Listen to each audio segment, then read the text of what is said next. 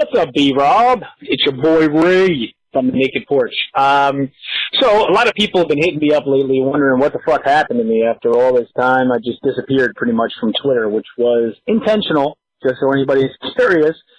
Essentially, we stopped doing the show. We're taking a hiatus. Too much shit going on.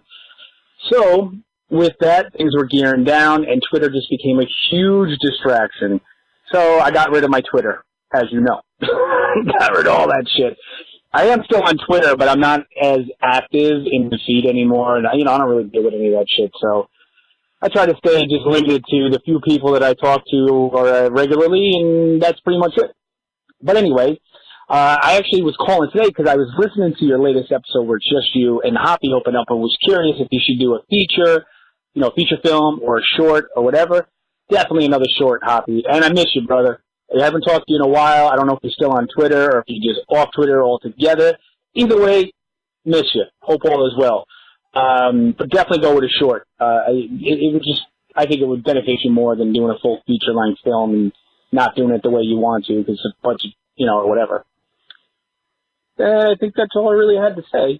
I don't know why I wanted to call to say that, but there you go. There's your random thing. However, people should know, anybody that misses the show or me or whatever, any of that shit, I am around. You can check me out on Twitter at Death Will Arise, and that's it. That's where you can find us. So, we're on hiatus as far as the show is concerned. I don't know if we're ever going to come back, but if we do, we'll do it that way. So, whatever. Talk to you later. Peace. Here we go. You are now listening to Random Ramblings with Rob. Yay! Yeah! Look at it. Boom, boom. Boom. Boom, boom, boom. The movie phone sounding motherfucker.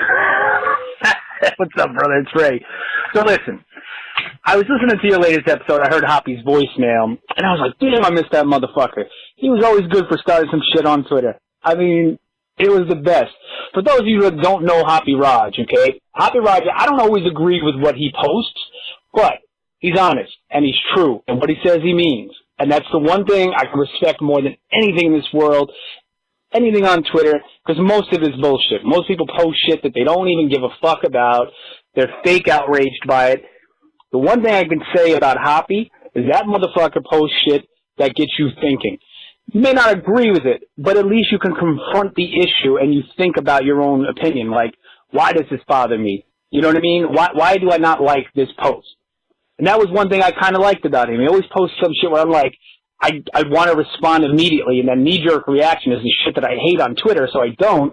You know what I mean? And that's exactly why I left Twitter, because it's nothing but shit posts. It's posts of fake outrage and social justice warriors and nonsense, and then don't even get me started on the people that tag you in 1,000 posts a fucking day. Oh, my God, that shit was terrible. So I left Twitter. I said, fuck Twitter. I don't need this shit. On top of that, then, of course, you got the podcast. So we took hiatus from the podcast. And realistically, that has less to do with Twitter. That's more with life just kicking us in the dick. And it stopped being fun. You can only deal with so many issues at one time. And something had to give. And honestly, when the podcast isn't fun anymore, it becomes a job. When it's a job, it's just fuck this. I don't want to deal with that. So took some time off. I don't know how long. It could be a year. It could be a month. It could be we'll never come back. I have no idea. But either way, we loved all the fans. We loved doing it. It was a great time, but it's just, again, it became a job. And I already have so much work on my own, plus the family, plus everything else that goes on. So, whatever, we'll see. Maybe one day I'll come back. Maybe I won't. Maybe I'll just occasionally be guest on people's podcasts. Like a 3R show, motherfucker. We got to set up a time and a date, brother. I'm just saying. I got to get some shit off my chest, and I think you're the perfect venue for that. You know what I mean? But we'll see. You set it up, and if you're interested, we'll make it happen. What else? What else can I talk about? Shit, I had a whole bunch of stuff. Oh, your current theme song, the one that's on your latest episode where it's just you. Who did that? Because that beat is hot. I like it. I was like, oh shit, look at this, another new theme. Here we go. And then the other thing I wanted to talk about was nothing. That's basically it. So just wanted to say, thanks to everybody who listens to the Naked Porch over the years. Honestly, it means a lot. And I didn't forget any of you motherfuckers. I actually am on Twitter My Twitter handle currently is at. What up, everybody? It's your boy B-Rob, and I'm back with another edition of the Random Rounds with Rob podcast. First and foremost, I'd like to thank you, the listener, for coming back each and every week, or however you listen to podcasts. I have a guest this week. Last week, I would like to apologize for, because, it was a solo edition. I didn't really have a guest lined up. It was just kind of like some off the cuff shit. Had some, family visiting, and, it was a whole bunch of shit going on and everything. So I did a solo dolo episode, and the last 20 minutes that I had on it got cut off because I had a file corruption error, some bullshit with my computer.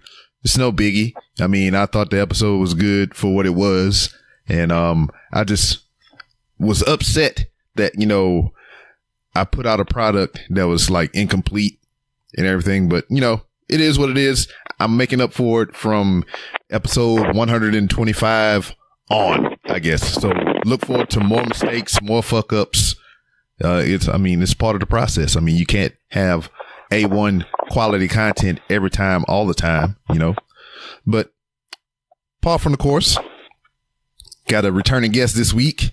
I think this is return number 4 or 5 for you. I don't know.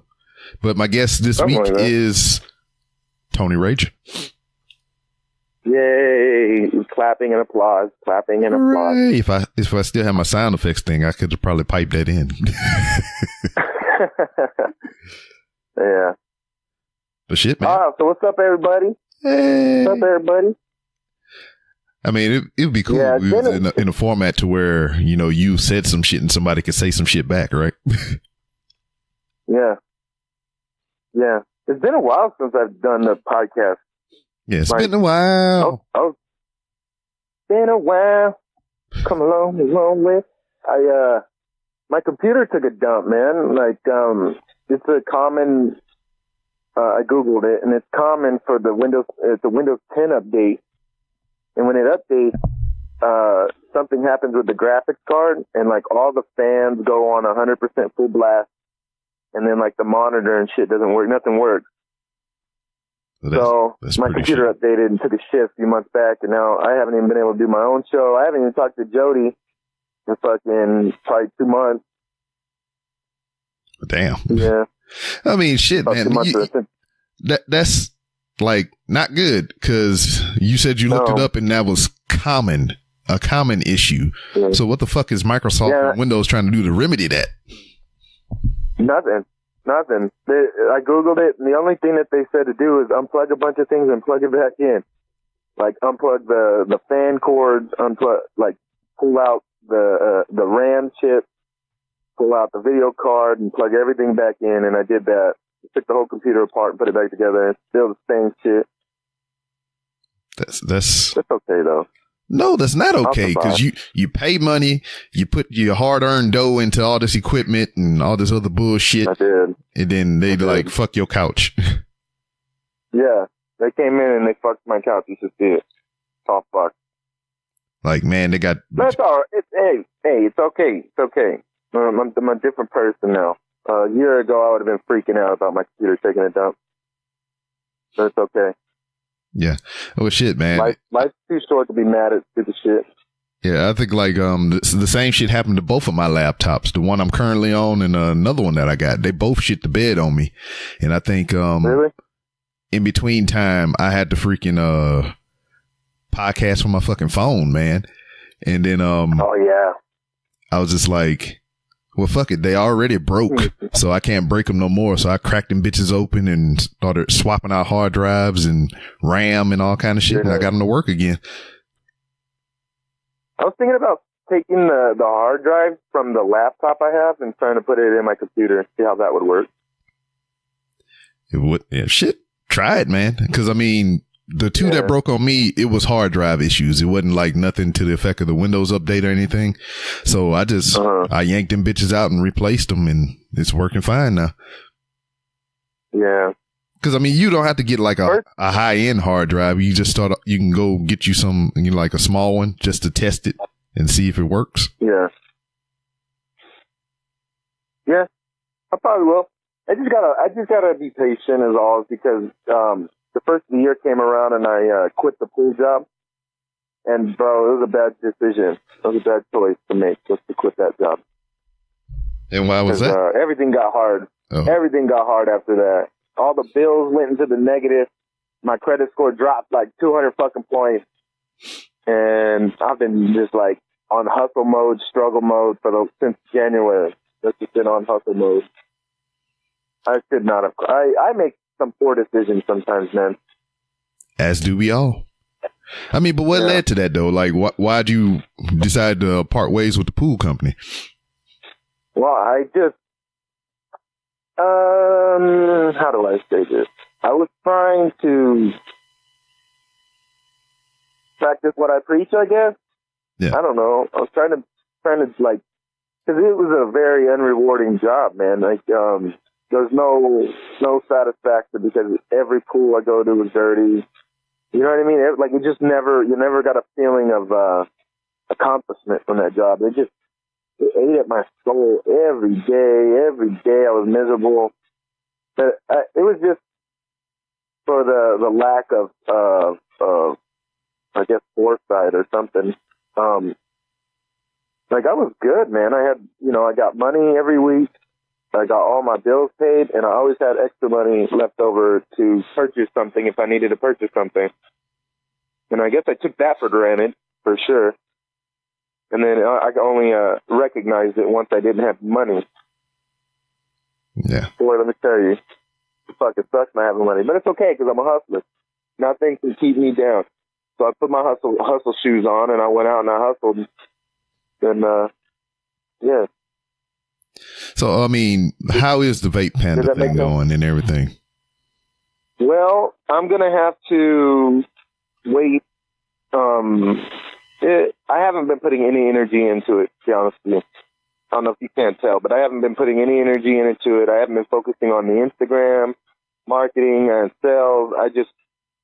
The sales that I have made to stores locally, I've just been relying on that. Ray's vape shop up in New Rochelle, I've been bugging them, and they keep telling me, like, call back, call tomorrow. And I just gave up on that. I don't know, man. It's just like, it has potential, but the way everything is run right now, like, I don't want to invest that much hustle into it. You know what I'm saying? Yeah, because I mean, from what I remember, you was telling me that, like, it's yours to, like, do with what you want, but it's not really yours. So you gotta, like, it's a loaner company. Essentially, yeah. I run the entire business, dude. I make it, I bottle it, I label it, I package it, I sell it, I market it. I run the entire thing by myself. But the online store money goes to the owner, and that money is the money that I would need to market properly, to replenish supplies. And that guy right now, he's on his honeymoon, and he's always on hustle mode too. He's a salesman, and he travels fucking all the time, and he's one of the hardest people to get a hold of. And after a few months of dealing with that stuff, I just said, fuck it, I'm just gonna look for another job, which I did, and I found I got my personal training certificate, CPR, and all that. So now I'm a changer of lives on a physical level. I don't know. Like, I see the potential in Vape Panda, but at the moment, like, in order for me to grow it, I would have to use the money that I make for myself to grow it. And I'm not going to do that, because especially if it's, you know what I'm saying? Yeah, especially like you pretty much damn doing the work for this motherfucker, and he ain't doing shit to put into it. Yeah. And I talked to him about it. I gave him an ear beating back in April, probably, because I was upset that I wasn't getting that online money. And, he gave me his deal on it. And I just said fuck it at that point. That was when I just said fuck it. Basically all the plans that I've had have not panned out. So, like, now I'm not even trying to plan. I'm just going with the flow now. Yeah, I can dig that. Yeah, I mean, but still, man, that's some bullshit. He just like, he give you free reign to do whatever the fuck you want with the shit, but damn, don't give you no backing on it. It just kind of pisses me off or whatever.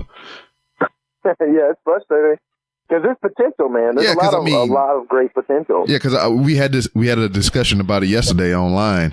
Because somebody posed the question to me, Mike Fallick. He was like, "Why do I support Vape Panda?" Or, you know, how did the sponsorship come along and everything? I was like, pretty much what it boiled down to is, you know, I'm helping a friend with his business, and it was some other bullshit that kind of came of that conversation. I mean, it's just like, you know, it was talks of, you know, how vaping and smoking or whatever is bad, and, you know, the promotion of, you know, said product is negatively marketed toward kids. And then I rebutted with, well, you know what,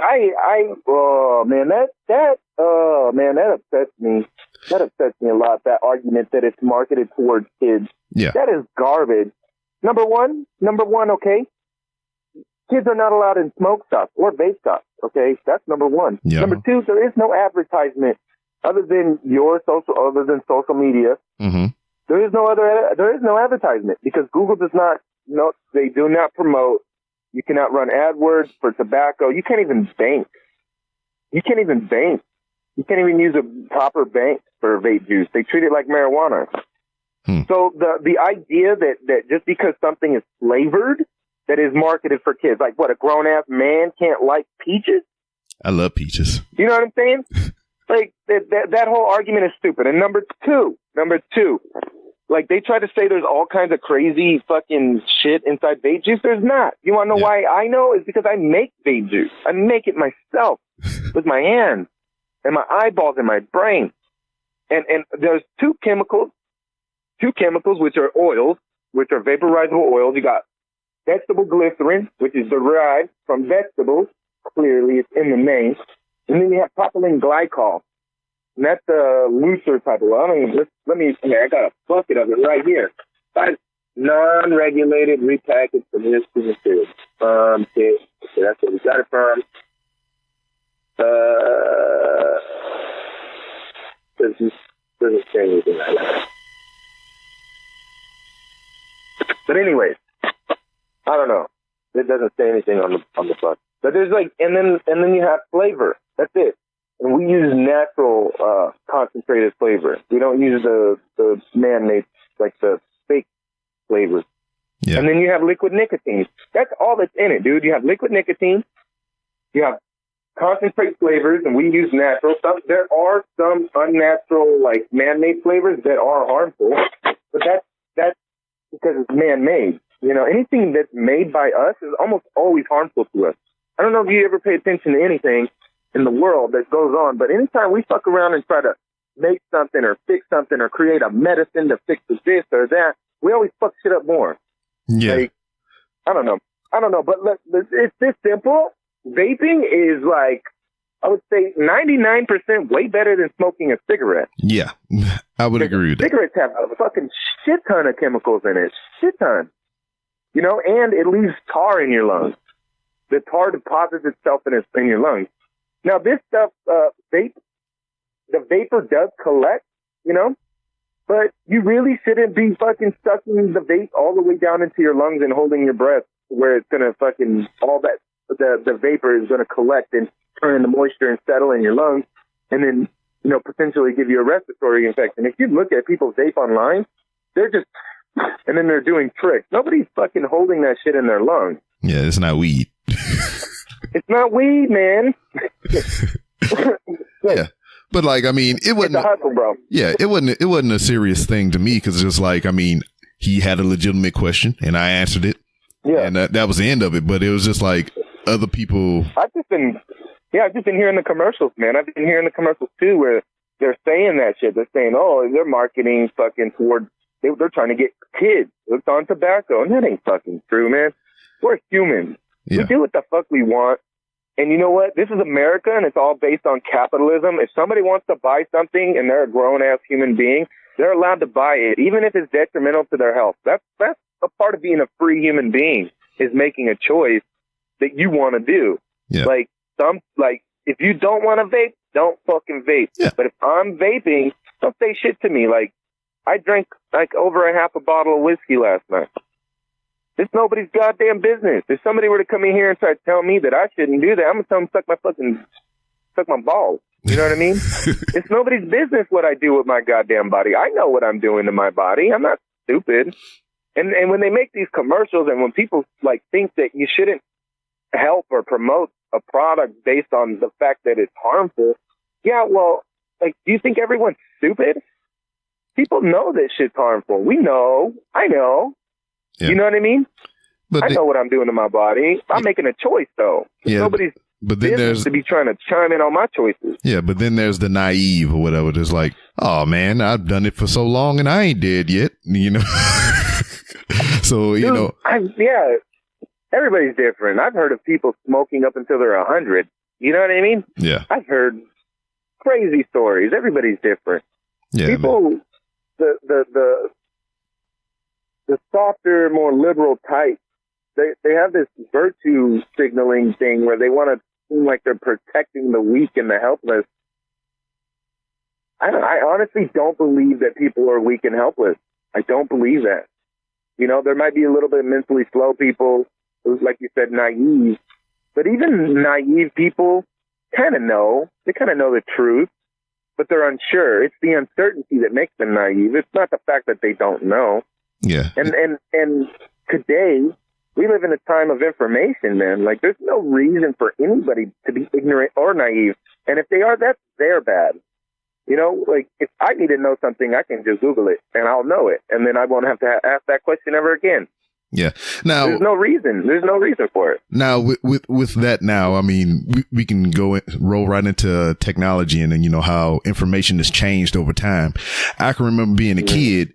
And if I didn't know a word, you know, there was a dictionary. If I didn't know about a specific type of plant, there was an encyclopedia, you know. So with, you know, book bound information and everything like that, I mean, there was actually people out there researching this stuff, documenting it down and putting it into paperback form to put on shelves for people to sort out and look into and get that information. Now, with adaptation of the internet, you know, motherfucker picking his nose, picking his ass and shit in his basement, he can just go online, type up some shit, and people can perceive that as fact because it's on the internet, you know. So, I mean, that's the up and down of the thing. Right. Yeah, that's the no, you're right. That it is important for the individual looking for information to also fact check. You know, you can fact check by looking at multiple links. Like what I do, I look at least 3 or 4 different links, not like one right after the other, but at least 3 to 4 different links. You know, that way, what'll happen is some of the information will be different. You know, but the information that is the same across the board is the information that I take as fact. What the hell's going on with my phone? My phone's being stupid right now. I hear you fine. It's just you rubbing across it. Gotta suck water out of my phone. Hold on. Yeah, suck it up. Are you there? Yeah, I mean, I hear you fine. No problems. Yeah, I gotta put it on the charger real quick. Moisture has been detected in my phone. Yeah. Jump in the pool with it. That sweet moisture. That moisty. Yeah, but just based on what you said, though, do you think that makes the search for information harder? No, because it's in the palm of our hands. We don't have to go to a location. We don't have to get up off of the couch. We don't have to do anything. We just have to move our thumb around a little bit, breathe. No. That's what I'm saying. Because like how you said, you look up something, then you have to fact check it off of 3 or 4 other sources and everything. Do you think that makes searching for the information harder nowadays compared to what we used to do? I would say it makes it harder for lazier people. Yeah. Yeah, because because a lot of times, you know, not one individual is going to have all the information usually, and some information could have holes in it, where if you look at other articles, that other individual could fill in those holes. Yeah. You know what I mean? doing research and trying to learn something, it is work, man. But why the fuck is anybody afraid of, like, we're surrounded by people that are afraid to work, man. Even for themselves, even if it, like, they're not getting paid, like, people want to get paid for any amount of work that they do. And that's silly, man. Like, if we want to be smart or we want to be better, we have to put a little initiative. We have to hustle. You know, like, we have to grind. And a lot of times the reward is the knowledge. But people, I would say it's harder for lazier people like me.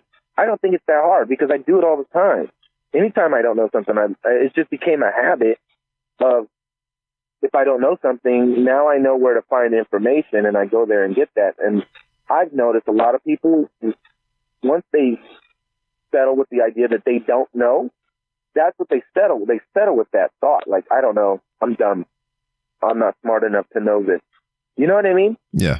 That shit pisses me off because, first of all, I think we are all capable of knowing anything.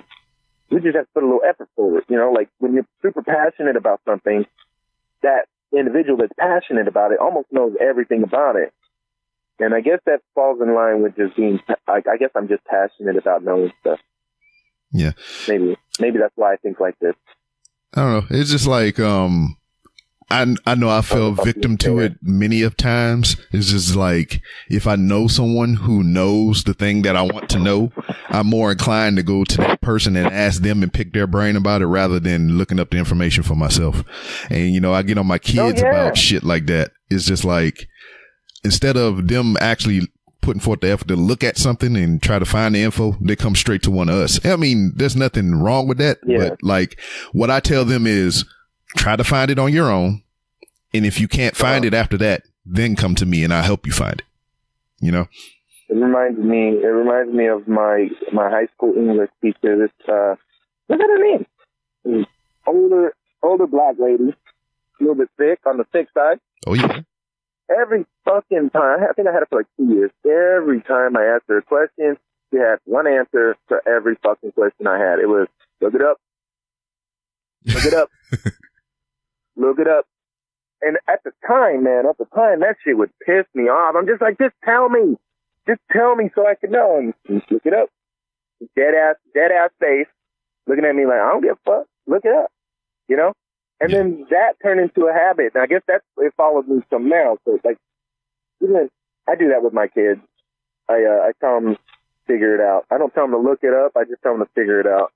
And then, you know, once they start crying or something, then I'll help. Yeah. I mean, that's basically the same thing. It's just like, man, you can get on your phone and look up fucking hair and fucking video game tutorials and shit, but your ass can't get on the goddamn internet and look up the thing that you asking me about. Mm-hmm. See, that's what I mean is, like, people are willing to look at stuff that they're passionate about. Mm-hmm. So, like, you know what I mean? You got women on the internet checking out hour-long fucking makeup tutorials, you know? And they don't know how to change brakes. Yeah. It's just as easy. You Google it, you look at the fucking tutorial, you go out there and get your hands dirty. But there's this, like, cognitive dissonance thing that goes on with people that, like, so women automatically feel, I guess, how can I say this without being offensive? Like, they naturally lean towards makeup and hair. Like, that's just something natural to them where it's not like, oh, I don't know. Where they understand that they're able to learn and do that stuff.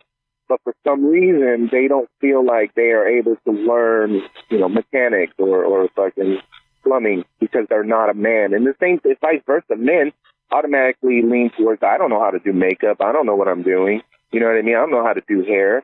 But it's just a matter of learning. Like, I try to raise my daughter in that sense where I don't make her think that just because she's a girl, she's incapable of doing anything. Like, she's helped me change the brakes on my car. She's helped me do plumbing. She's helped me clean food. You know, I make sure that she gets it in her mind at an early age that anything is fucking possible. You're capable of anything, but what matters is what you put your effort into. That's going to be what, you know, is going to help you be successful. Where your energy goes. Are you going to put your energy into saying, I can't do this, I can't do that, I'm a girl, I'm weak, I'm not strong enough? Are you going to put your energy into saying, I will do this, I can do this, and I can be strong enough, I just have to work a little harder, you know? Yeah. What I found in the past couple of years or whatever is just like I've found myself leaning more toward like doing shit myself. Cause like it's been, I mean, you can speak to this probably too. You know, you go somewhere, you know, something breaks, you go somewhere. Hey, how much to fix this? $1,000. Yeah. And then you go online, look up all the parts that you would need to fix this thing. And it's like $100. And I'm like, so what the fuck did where the $900 going to, you know?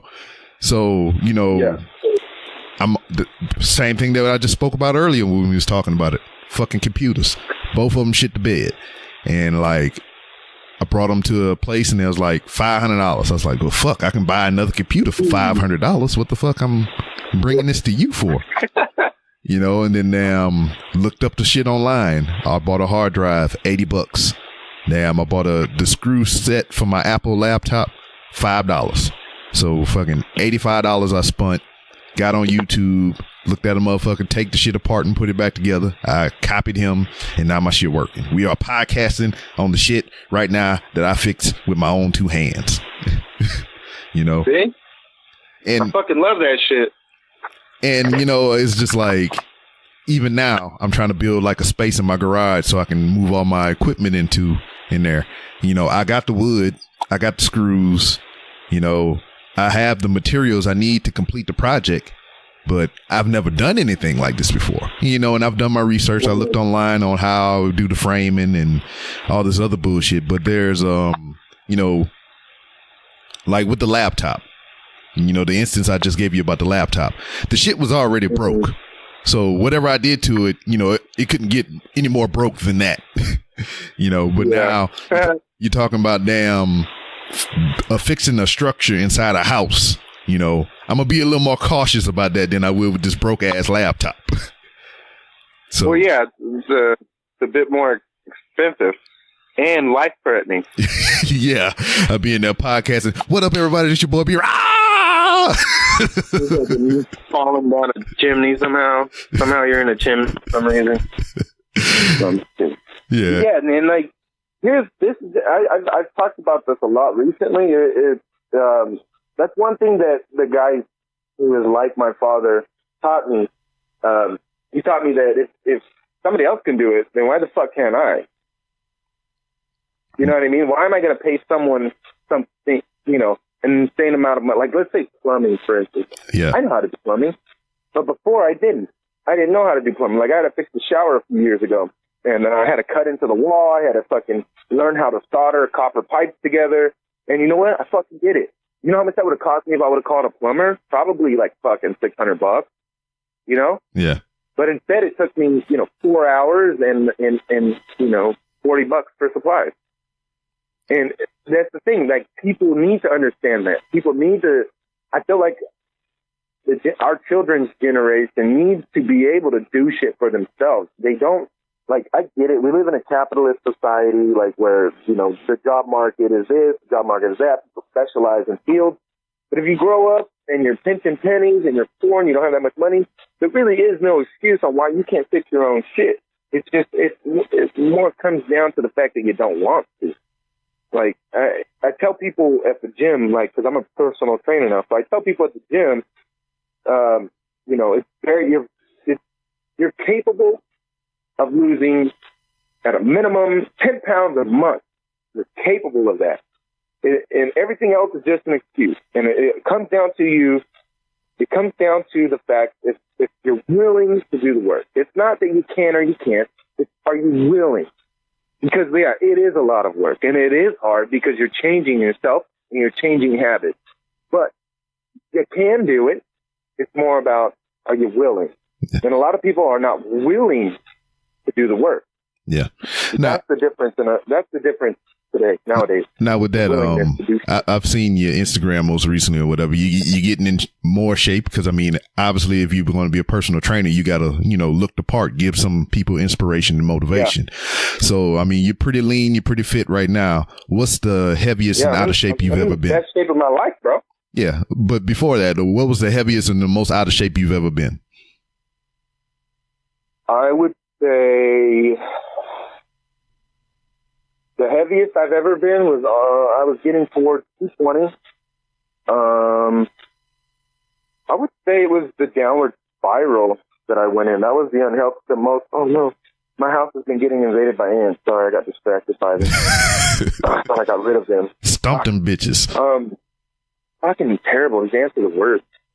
I would say the absolute worst shape I was in was when the first time I tried to kill myself. That was the absolute worst shape I was in. Because, like, my body was shit. I wasn't exercising. My mind was shit. Everything was just bad. Everything was bad. And the one thing that I learned about fitness is if you want to be healthy and if you want to be fit, the first thing you got to do is find out how to be happy. Yeah. That's the first thing, man. You can't be a miserable fucking be in shape. Because you know why? Your brain chemistry is going to be off. You can't really get into great shape if you're not producing the proper amount of serotonin or the proper amount of dopamine. You need those chemicals for your body to do other things. Those chemicals not only regulate your mood, but they also regulate your body. They regulate how you store fat. They regulate muscle growth. They regulate whether or not you're producing testosterone. Like, testosterone is super crucial for men to be happy in general as well. Like, if you have a shit diet and you're unhealthy and you're not exercising, most likely you have, like, no testosterone. And either that's going to make you seem weak and it's going to make you unhappy because for some reason men need that shit. Yeah. Like, I've learned so much about the human body, mostly because of Dr. Rhonda Patrick from Joe Rogan's podcast. Like, I follow everything that lady says.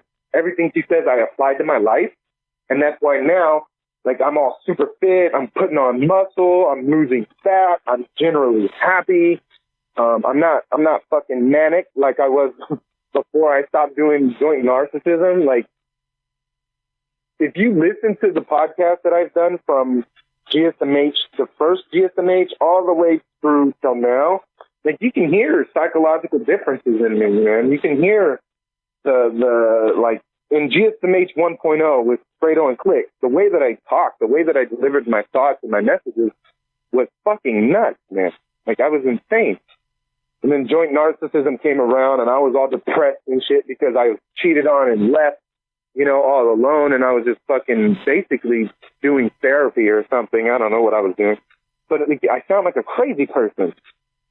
And then you know what I had to do is I had to give everything up. I had to quit everything. I had to just dissolve into myself and then explore my own mind. And I don't know. I figured it out. And honestly, I'm the best I've ever been. And you know what? It's great.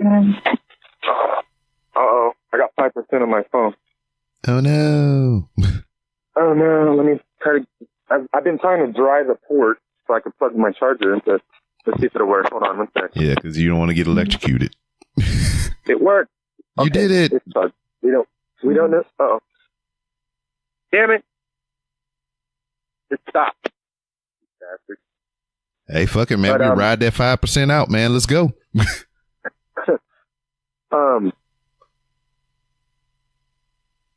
Like, I miss fucking podcasting now. Like, I've been wanting to podcast so bad, but my computer, it doesn't work. And I'm not as passionate as I was before. You know how passionate I was, man. Yeah. I was fucking a crazy person when it came to podcasting. I was down to podcast anytime, anywhere, with anyone.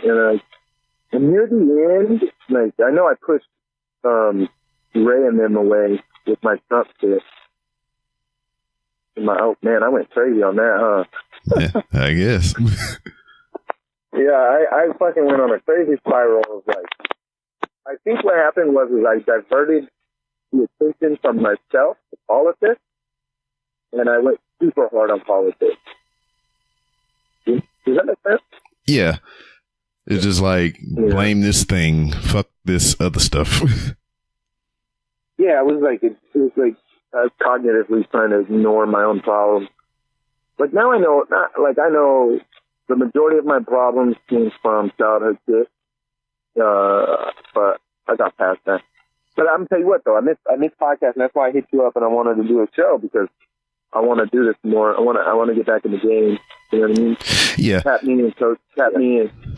Yeah. Now, with what you were saying before I move on to what I'm about to bring up, I feel you, man. It's just like the motivation to want to get fit, or the motivation to, you know, want to even exercise and do those things. Like, I think for the past 16 years, for me, it was different because I was obligated to do it, you know? Yeah, military. So it was kind of different from me, at least. I mean, but even when I was in, you know, there was like points to where I was like in the best shape of my life. And then there was some to where I was at the bare minimum. I could do everything that I needed to do, but it was only for that purpose to do the bare minimum. And then, just the path. And then, you know, I mean, especially it got like that toward the end when I knew I was getting out.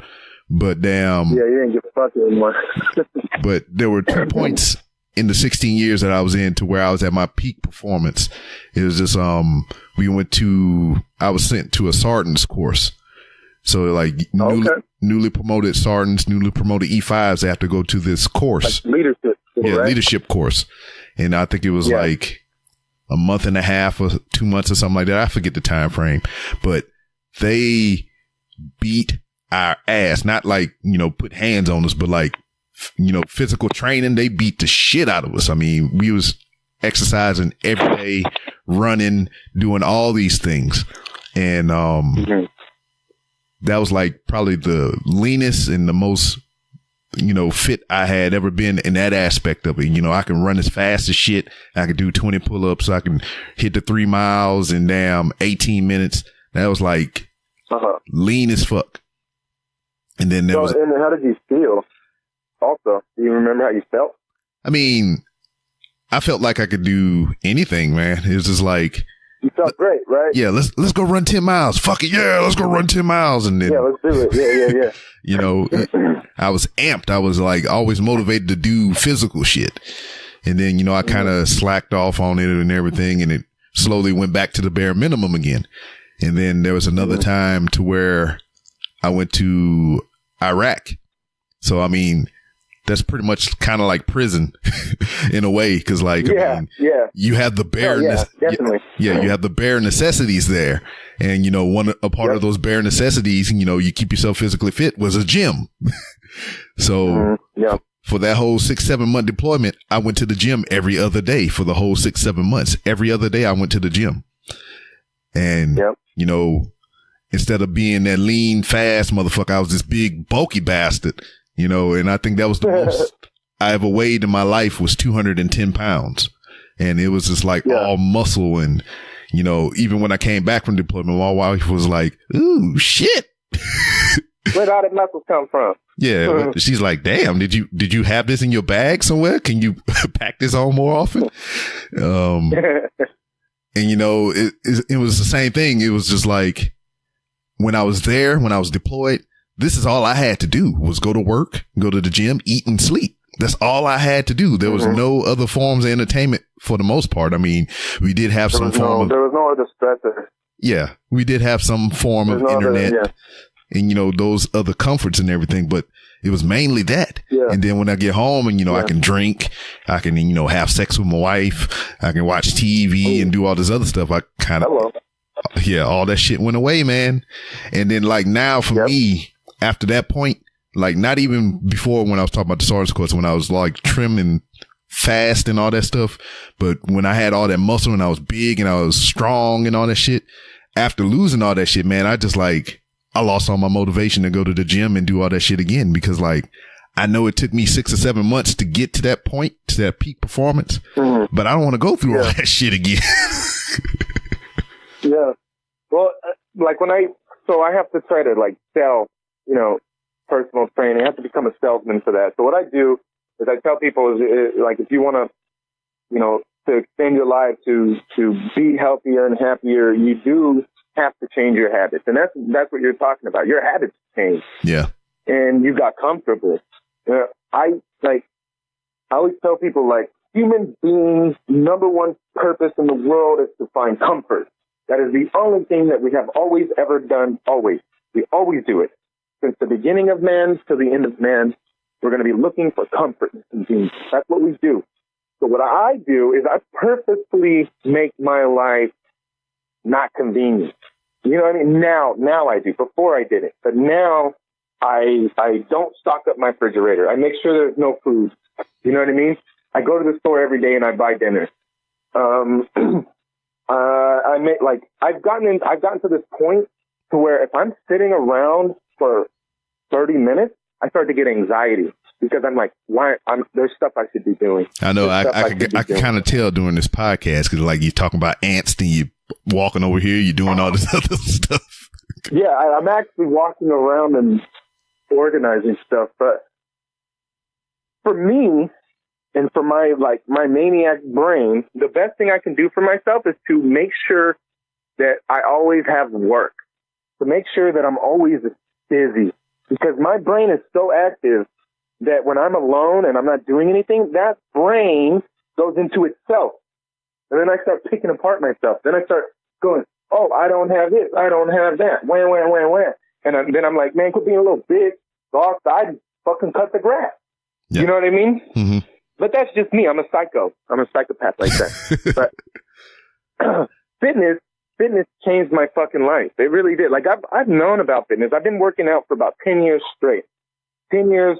In 2008 is when I started lifting. I never lifted weights before. Mm. I started lifting weights in 2008 because I was in college. I got fat. I went from 170 up to 210 and it was actually 216. I shot up in a matter of a year. Like that much weight, from 170 to 216. I was fat. I was soggy, no muscle tone. I was depressed. I hated my life. And then me and my ex-wife, we started working out together at Valley Total Fitness. That place doesn't even exist anymore. But and then I went on my downward spirals, got suicidal. I was depressed. My life fell apart a bunch of times. And then last year, after applying what Dr. Rhonda Patrick, talked about in my life, like everything changed. Everything changed.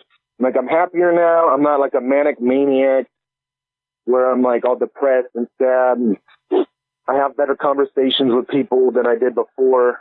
I don't know.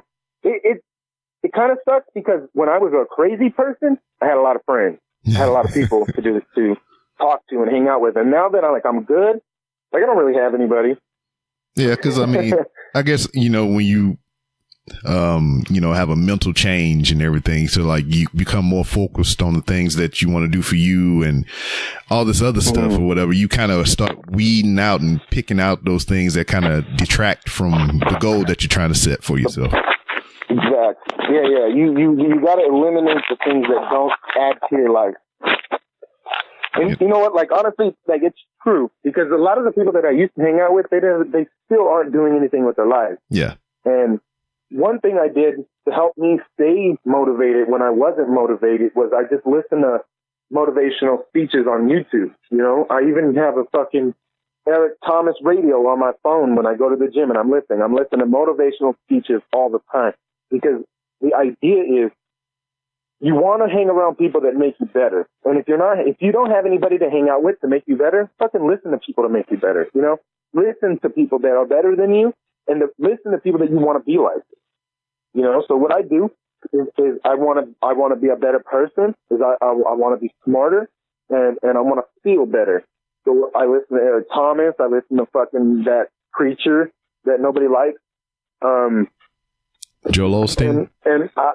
Yeah, Joel Osteen. He's a pretty good motivational speaker, dude. I never realized it was him that I was listening to until I started, research, of course. So I started looking into it. But and fitness, man, like I just got so tired of feeling like a piece of shit all the time that I did the things that I had to do. So like if I were to have money and I had to go to a therapist, these are the things that therapists should recommend. You know, clean up your diet, exercise. The reason why you want to clean up your diet and exercise is because if you get the proper level of nutrition, you're going to have the proper level of hormones. If you have the proper level of hormones, you're going to be happy. Just generally happy. Yeah, there's shit in everybody's life. There's nobody in this world that doesn't have shit. But it's all about how we see that shit, how we react to that shit is what is going to make us or break us. And I was being broke, man.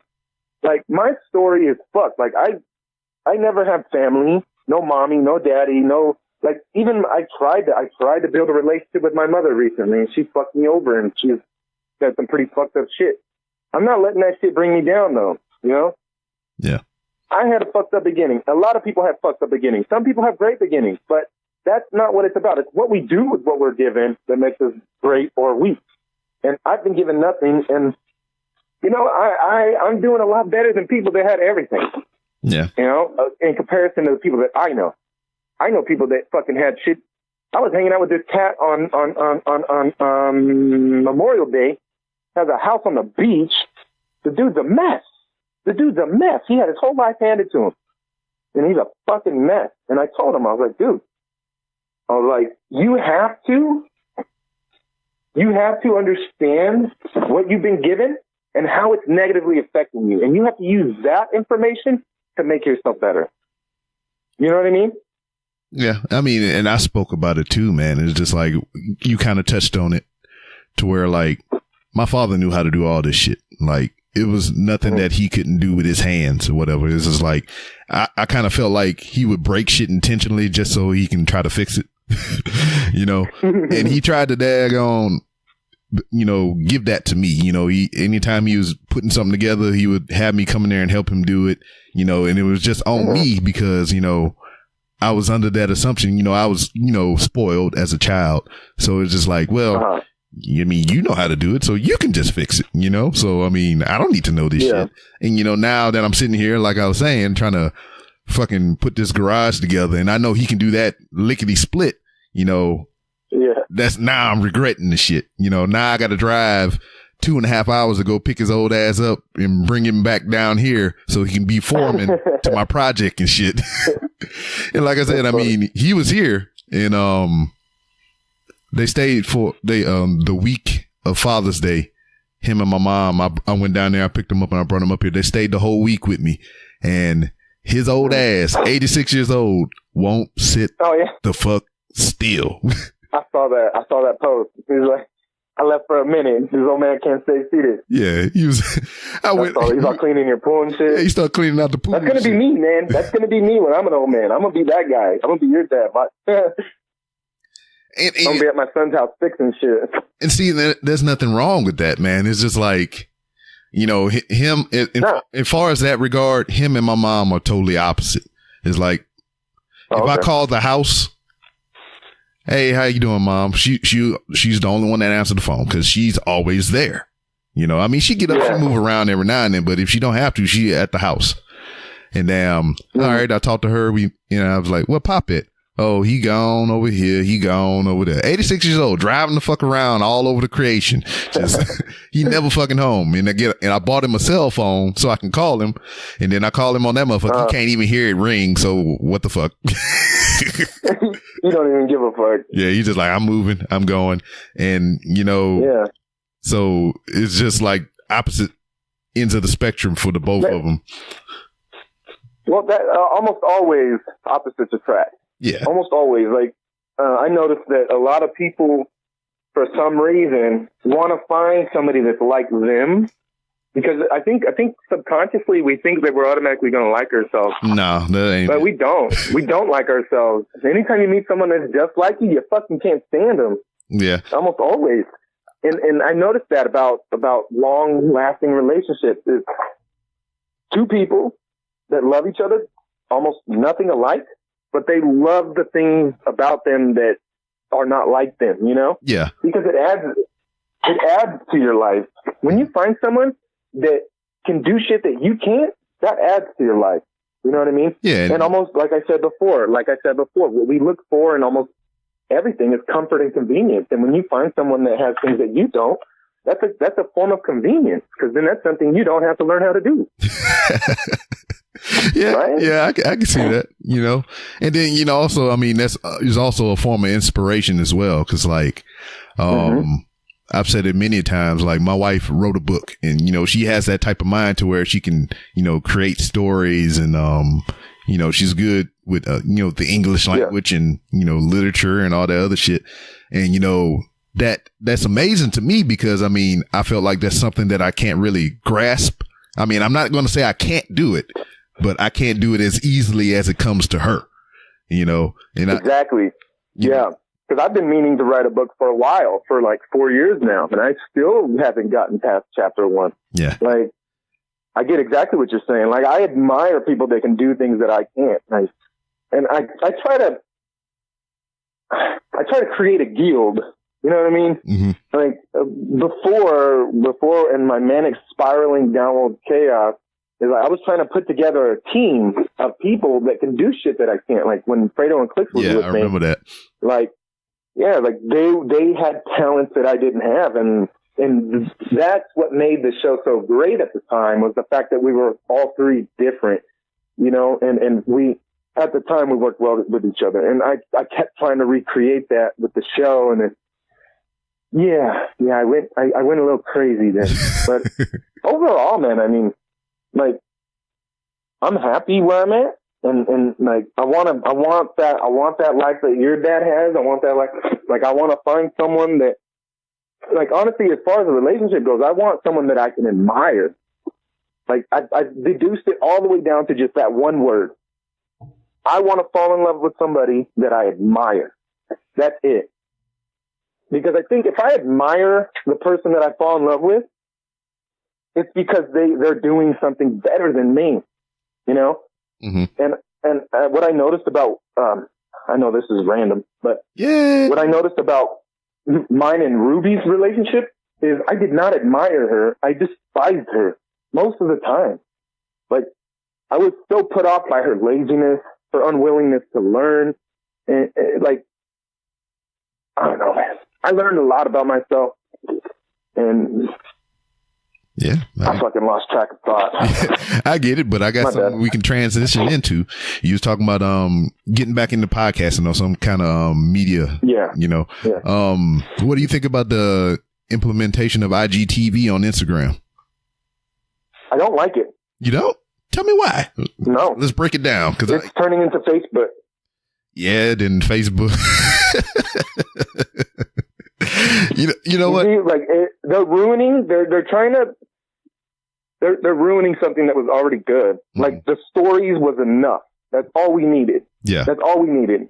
They keep trying to grow and change. Like, they're trying to become like YouTube. How YouTube has YouTube TV and Facebook has Facebook TV.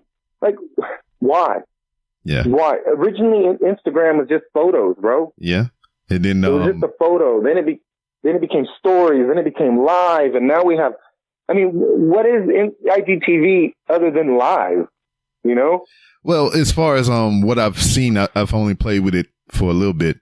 You can I think so far you can only go up to 10 minutes now, and it's not like you can't go live on it. It's just you upload videos to it, so you have to record something, then you put it in there. Well, okay. Now that I give it more thought, I guess that aspect of it can be good. It can be good. It just depends on what those videos are going to be used for. Yeah. Like me, I could do a 10-minute rant. Yeah. On there. But see, another thing happened is where, I don't know if you noticed, but I'm not posting that often now. Mm-hmm. I'm barely on there. Like, I don't know what it is, man. I don't know if I lost motivation, if I lost inspiration, or if I just don't have it anymore. But like, I'm just not interested. Well, maybe it's just me. Maybe that's a bad question to ask me. Well, now I can understand what you're saying, because, like, I mean, I'm actively doing the podcast, and, you know, social media is a big part of it, because, I mean, that's how you get your brand out there, you promote yourself and everything. And it's just been times to where, you know, I mean, nothing's going to stop me from going to Walmart, right? But, you know, but more recently and everything, I feel less inclined to do a video while I'm in there. Because, I mean, every time I went to Walmart, I did a video. But, like, now that I have shit to do, like I have other things that I need to conquer and accomplish right now. Yeah. I'm just in Walmart getting the shit I need, and I get the fuck out. I ain't got time to do videos and everything like that. I think, that you just shine some light on me. I think that's what it is, man. I think the reason why I was so in it before, the reason why I was so like consistent is because my life was relatively together. You know what I mean? I didn't have to worry about much at the time. Like I think maybe I thought I had to worry, but like now that I am where I am now, at that time, dude, like I was good. I didn't really have to worry about anything. When something broke, I could fix it. I had the old lady here, had my kid here, and then the podcast was the time filler. Now I have to hustle. Now I have to figure out, okay, how am I going to put gas in my truck this week? How am I going to fucking come up with the money to feed my kid this week? Cause he's going to be here or my truck's on the verge of breaking down again. And I'm like, okay, well, what am I going to do if that happens? Like, so now I'm preoccupied with so much thought that it's almost, it's taking a back seat. Just like you said, like you're going to the Walmart for a purpose. Like now you're preoccupied with something else other than your show. Yeah. It makes sense. Yeah. Cause I mean, my brain's too preoccupied. Yeah. Cause I mean, it's just so many times. Cause like if you look at even my Instagram, the frequency of content, cause I mean, sometimes it'll be a Walmart video 2 and 3 times a day. And now it's just like, it's not that. It's like maybe one a week or every now and then, because I got shit to do, man. Yeah, sure. But yeah, I mean, I still don't, matter of fact, whenever we rap or whatever, I'm going over there today. Yeah, after we wrap, I have to go help my ex-wife. I help her a lot, man. Yeah. That's another thing that's changed is like, I don't hold on to anger anymore. I almost immediately let that shit go. Yeah. That's something that I got better at since before. Yeah. You know what? Honestly, I just miss talking to you fuckers. I miss talking to you. I miss talking to Ray. I miss talking to everybody, but yeah. Yeah, man. I mean, it's all about balance, man. And, I mean, I understand that you have your goals and your focus and everything. So, I mean, I understand why I hear from you every now and then or however we interact or whatever. Cause I mean, I know you got shit to do, and I ain't going to be the motherfucker that be in your back pocket all the time and be like, hey, what you doing? What you doing? How you doing? What you doing? What you doing? How you doing? Nah, you should. It make me feel less lonely. Okay. No, man, I mean, I fucking hustle, dude. That's all it is. Like, that's why you seen my shirt that I made, my Hustle More shirt. Cause I feel like, we're going to go back a little bit. Remember how before I was talking about how like our main purpose as a human is to find comfort and convenience? Yeah. What I found in my research of everybody that I admire is they shun laziness. They shun comfort. They shun that. And they embrace hustle. They embrace it. They embrace work. They get excited about it. And you know what? If you can't beat them, join them. You know what I mean? Yeah. Like at first I was looking for comfort, but now I'm looking for any way to fill my time to make me as busy as possible. So as long as I'm not sitting down, as long as I'm working, as long as I'm moving, something positive happens. So like this falls into my theory of the dichotomy of the universe on how everything that's good came from something that was bad. Like you needed conflict. You needed, all the bad shit that happened in our past to get to the future that we have now. Like without that negative shit, we wouldn't have this positive shit going on, And as for me, like there's no way I would be the person that I am now intellectually if I didn't have to suffer my whole life the way that I have. Yeah. And before I used to be angry about it, but it makes me feel better about myself, that I know that I went through all that, I survived, and I'm an even better person for it. Yeah. And I was just thinking about something more recently, I don't think it's really in the same vein of what you were just speaking about, but language, the human language, just whatever, variation of it that we have out there in the world. Cause, I work in immigration courts and, those places to where, people usually come in there, they're talking Spanish. So, I'm picking up words here and there, or whatever. I haven't actively sat down and try to, do some Rosetta Stone or any of those, like Duolingo, all those, any other apps to help me learn my Spanish. Rosetta Stone. Yeah. Yeah. I just kind of, I'm picking it up on the fly. It's becoming a repetition because it depends on where I go, the amount of Spanish I have to speak. So if I go to a Social Security office, people are only there for one or two things. If they come to a Social Security office, they're there for Social Security benefits, or they're there for a Social Security card. So, tarjeta, that's a fucking card. I know what that means. So if somebody come in there to speak Spanish, I throw tarjeta out there and they be like, yeah, that's what I'm here for. They nod their head. I was like, all right, you need to go over here and do this shit. Or if they say something other than, tarjeta or whatever, I'm like, all right, you need to go to benefits and go do this shit. So I'm adapting to that aspect. If it's an immigration court, they only come in there for freaking court. So the only thing I have to help them with is make sure they going to the right court, because there's two immigration courts, and it's either this one or the one across the street. So I navigate through that. And if I'm at the ICE building, the deportation building, they're either here for one or two things. They're there to report, or they're there to pay a bond. So fianza, that's bond, and damn cita, that's like, I guess that's like report or something like that. So damn, as soon as they come through the door, I'm like, fianza, cita. And they be like, cita. All right, put your shit on the belt, get you through security, go handle your shit. But like, but what brings me to that is just like language, man. How? I mean, what made a motherfucker be like, fianza is bond, or a motherfucker in English that say bond is what a bond is, or just damn. Yeah, that's a high thought. You know that, right? Yeah, it is, man. It's that's just a like stoner thought. Motherfucker just like, why? Why that word? Why? Yeah. Why did they pick this pattern? Who's the motherfucker that went up to this? I get what you're saying. Why the fuck did they pick that word for that word? Why does that word have to mean that? What if I said Chikawa or some shit? And that's what I mean. Yeah. So I see what you're saying. Who's the motherfucker that walked up to this thing here and said, all right, this is going to be a tree? Or even how that thought even formed in this motherfucker head to say tree. It's just. Yeah. That's crazy. I don't know. Like, even, I can't even think of anything. That shit, man, that's a testament to us, man.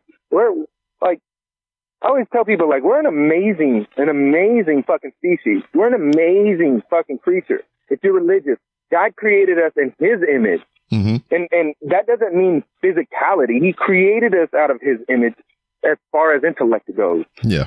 As far as the brain goes. That's how He created us. He created us in that aspect. So that means that we're fucking amazing. We're amazing things. We're capable of fucking anything. Like, I changed myself, dude. A lot of people don't believe people can change, but I literally changed myself on purpose. I did that shit. I wanted to change and I fucking did it. That's a testament to like how fucking powerful we are as people. So like anybody out there that thinks that they can't do something or that you're incapable, like that's garbage. You're just not working hard enough, bro. Yeah. Like motherfuckers created language, multiple different languages to where we can communicate with each other because we got tired of not knowing what somebody was saying. Like, that's crazy, bro. We're fucking amazing things, and I think a lot of people take that shit for granted on how fucking crazy good we are, on what we're capable of, and like the good we're and the evil. Not only that, but like humans are the ultimate dichotomy. We are evil and we are good. Yeah, we're the only species on this planet that is capable of fucking pure evil and pure good. Yeah, and just like I want to make this gas that if I drop it on the motherfucker, his fucking face will melt off. Motherfucker sat there and thought about this shit, you know, or even like what I find myself going into the rabbit hole of on YouTube and Instagram and things is just like people that can dance. Like, you ever seen a motherfucker break dance and shit? Like, they'd be spinning on their head and fucking on their elbow and all this. There's a video of me doing windmills on my Instagram. Yeah, I seen that. I used to be able to break dance. Yeah, I seen that. But like, I'm talking about like the motherfuckers on stance or whatever. Yeah, those legit B-boys that can fucking do, you know, the 1000s. I think they're called 1000s where they're spinning on their hand. They're like, and some of the shit that like people, like you were saying, people are capable of is insane. It's insane. I seen the motherfucker on a skateboard. Goddamn. I don't know how he did it, but he was on a skateboard. He went up a ramp, did a flip in the air, came back down on another skateboard, a whole different one, not even the same one he cut the flip off of, landed on that skateboard and started doing tricks and running the fuck off somewhere else. I'm like, how do you realize that you can do some shit like this? You know, yeah, motherfuckers that be on the contortionists and shit. Like, how did you figure you can bend like this one day? You know, boxes and shit. Yeah, I can barely bend over, dog. You know, I mean, it's fucking weird, man. It's just like weird and amazing at the same time. These people, they do all these amazing feats of strength and athleticism and everything, but it's just like, to me, it's not blowing my mind enough that they're doing the shit. It's just like, how the fuck do you figure out that you can do this shit? Yeah, man, it's a testament to how hard we can work, man. And it's all just about what we put our focus in, you know? Like, I had to have a talk with my daughter after, about a month ago, because, she was at a tournament for jiu-jitsu, and she only had one match. And then, like, from watching, it seemed like she wasn't even trying. And I was pissed, dude. I was mad. I was like, look, like, I get it. If you want to do jiu-jitsu for fun, we could do jiu-jitsu for fun, and we won't do tournaments. Yeah. If you come to a tournament, the tournament is to win. That is your goal. Yeah. And that means you fucking try. And you try hard. And you give it everything you got. I was so upset with her, dude. But, like, I had to tell her, like, anytime you choose to make a conscious decision to do something like jiu-jitsu at a tournament, you need to go in there with, like, the only intention is to win. Mm-hmm. Like, you have to understand the concept of going all in. Yeah. You know what I mean? Like, that's something that I didn't have when I was little. The idea, the concept of going all in, giving something my everything. Yeah, like, dude, if I would have been a way better kid if I knew that. Like, I would have been a state champ in wrestling if I knew about going all in, you know? Yeah. When I wrestled in high school, I barely gave it anything. And I went to CIF both years, which is almost state level. But it's yeah, that's what I was saying. This is kind of like with my oldest child or whatever. It's just she gets falling out at school. I mean, she made good grades and she has the potential to make all A's and B's and everything or whatever. I mean, I know she can do it. It's in her brain. It's in her brain housing group. Mm-hmm. She can do it, but she running into the rut of school is boring. This is stupid. So it's just like, I know she has the mental capacity to feel, to do it. It's just damn that, keeping the attention thing. And I'm just like, well, if you feel that it's easy, what can you do to make it harder? Take on more classes, or, go for advanced electives and all this other shit. Cause I mean, if it's that easy to you, I don't see why you can't be doing more. And the more you do, the faster you can get the fuck up out of there. If that's what your desire is to get out of school, find a challenge. And if you can't find a challenge, make a motherfucking challenge, Exactly. Create it. Yeah. Yeah. See, that's something that we, so as far as like work ethic goes, the American child's work ethic is garbage because our children are born into convenience and comfort. Yeah. You know what I mean? And so they're not really instilled like the immigrant mindset or the immigrant work ethic. That's because they struggled their whole life. If they didn't work, they wouldn't eat. If they didn't work, they would be homeless. And nowadays people are growing up with zero idea of struggle. Like their struggle is, my mom is being a bitch today and she won't let me fucking use her car or something. Yeah.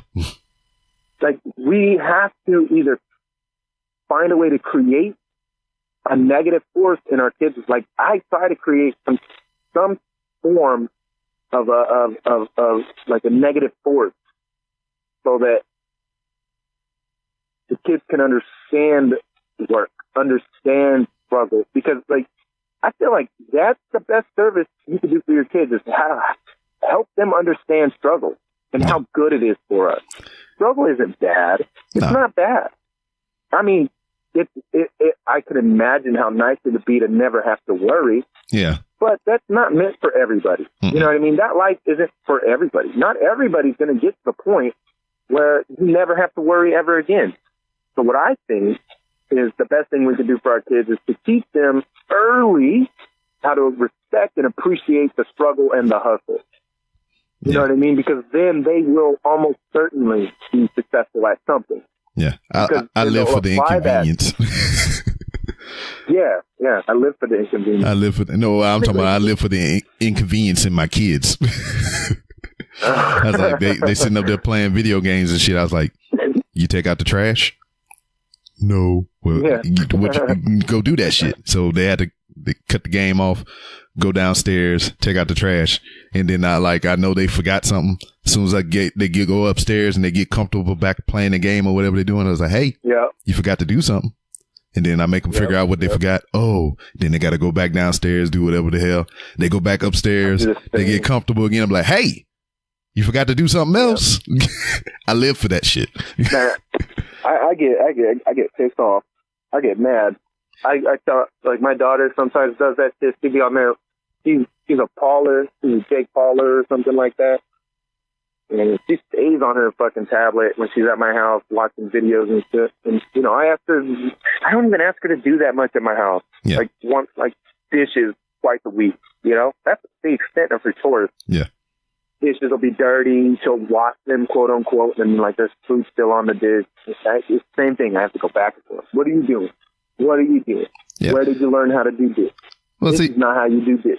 Yeah, Get back in here. Yeah, see, what the thing with that is just like, I feel if I badger them enough about it, that they'll do it on their own without me having to say something, or they'll do a freaking above par job, so I won't get on their ass about it, and they just haven't realized that yet.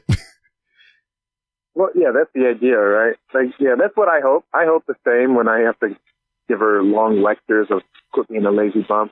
Yeah. That's what we want to see from our kids. Like, we want to see them do those things without us having to say something. Like, that's the little shit that makes us proud and happy, that makes us feel like we're being successful parents, you know? Because, like, those are basic life skills, you know? And we've met people that have no basic life skills, and you're like, you suck. You don't want our kids to suck. Yeah, I tell them to ask for help when they really need for help and not ask for help when they don't need the help. You know, that's kind of what I preach. So it was just like, to go back to what I was saying earlier, they'll come down there and ask me for something they can easily find on their own. You know, that's not the time when you ask for help. You ask for help when you have exhausted all your means of, you know, within your capabilities. If you tried your hardest to do this and you can't do it, that's when you ask for help. Don't come to me right off the bat asking for help. Yep.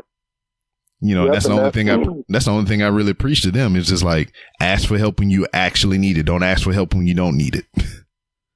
Yeah. You've exhausted all thoughts, all attempts. Yeah, that's a good way to go. To teach it. You're almost teaching them to be resourceful. Yeah. You know? Like, that's what happens if you, like, when you can't figure shit out, you start to try to figure shit out, and then you start to understand that there's other ways, there's other avenues, and maybe your first approach or your first thought at how to accomplish this goal was incorrect. And I'll try again. You know, there's more than one way to skin a cat. Yeah, and you know they get it from both ends or whatever. It's just like, I'm bitching at them because they don't try it for themselves, and then when they try it for themselves and they fuck up, I bitch at them for not asking for help. I just like, cause like my son, I think it was the fucking win. Yeah, it was, you know, and I tell him about that too. I was like, I bitch so much because, you know, you within the comfort of my walls or whatever. You know, there's gonna be a day to where, you know, I'm not around. You're gonna be out there on your own, and you're gonna be in the same situation. You ain't gonna have nobody to depend on but yourself. So, you know, if I bitch at you now and get you on the right path, you ain't gonna have to worry about it later, you know? Yeah. Exactly. But damn, my son, he was out there. I was like, go cut the yard. And this was like the first time he ever cut the yard. It was like, he don't know shit about a lawnmower, where the gas go, how to start it and everything. So, I mean, that was the learning opportunity, I saw in it. I knew he didn't know shit about it. And I knew he wasn't going to go to the extent of getting on YouTube and doing all this other bullshit. I mean, the only thing I wanted from him in that point in time was to come ask me how to do it. That was my goal for that exercise.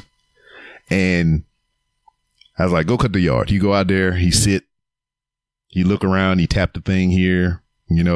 I think the only knowledge he have of a lawnmower is seeing me push the lawnmower and everything. So he pulling the little lever and everything. And it's just like, I'm just sitting there watching him struggle with this shit. And he ain't saying nothing, And I just walked out there and I was like, all right, look, this is where the gas go. This is where the oil go if you ever need it. Pull the gas cap off. All right. The fuel goes up to here. You don't want to put no more than this, because that's too much. You can flood the engine, close it up, show him to pull down the handlebar, fucking yank the cord and everything, which he really struggles with because he's a puny motherfucker. And that's it. You just cut the yard. Make sure you stay online because you can go off and start cutting all kind of crazy patterns in the yard. You got to make sure it's even, and that was his teaching experience. After that, he know how to cut the yard like a pro. The only thing I had to get on his ass about, because the mower has a bagger on it, and that motherfucker run out there and fucking think he fucking Hussein Bolt in the yard with the lawnmower trying to cut it as fast as he can so he can go play fucking video games and shit. He forget to empty the bag, and I had to get on his ass by emptying the bag. That's good. It's good habits, man, because I wish I was taught good habits. Because my dumb ass leaves tools around. I lose tools. I never put anything back. But that's his thing too. I mean, if he knows how to do it, he'll try to do it as fast as possible. And whenever you rush through something, you leave out the minute details or you don't do a excellent job. It's from the mistakes when you rush. Yeah. So this is the conversation that is usually with him because he's into his phone, he's into his video games, just as I am. I was that kid too. I love to play Xbox and PlayStation and Nintendo and Super Nintendo and Sega and all that shit. But at the same time, it was a different time for us. I also like to go outside and play with my friends.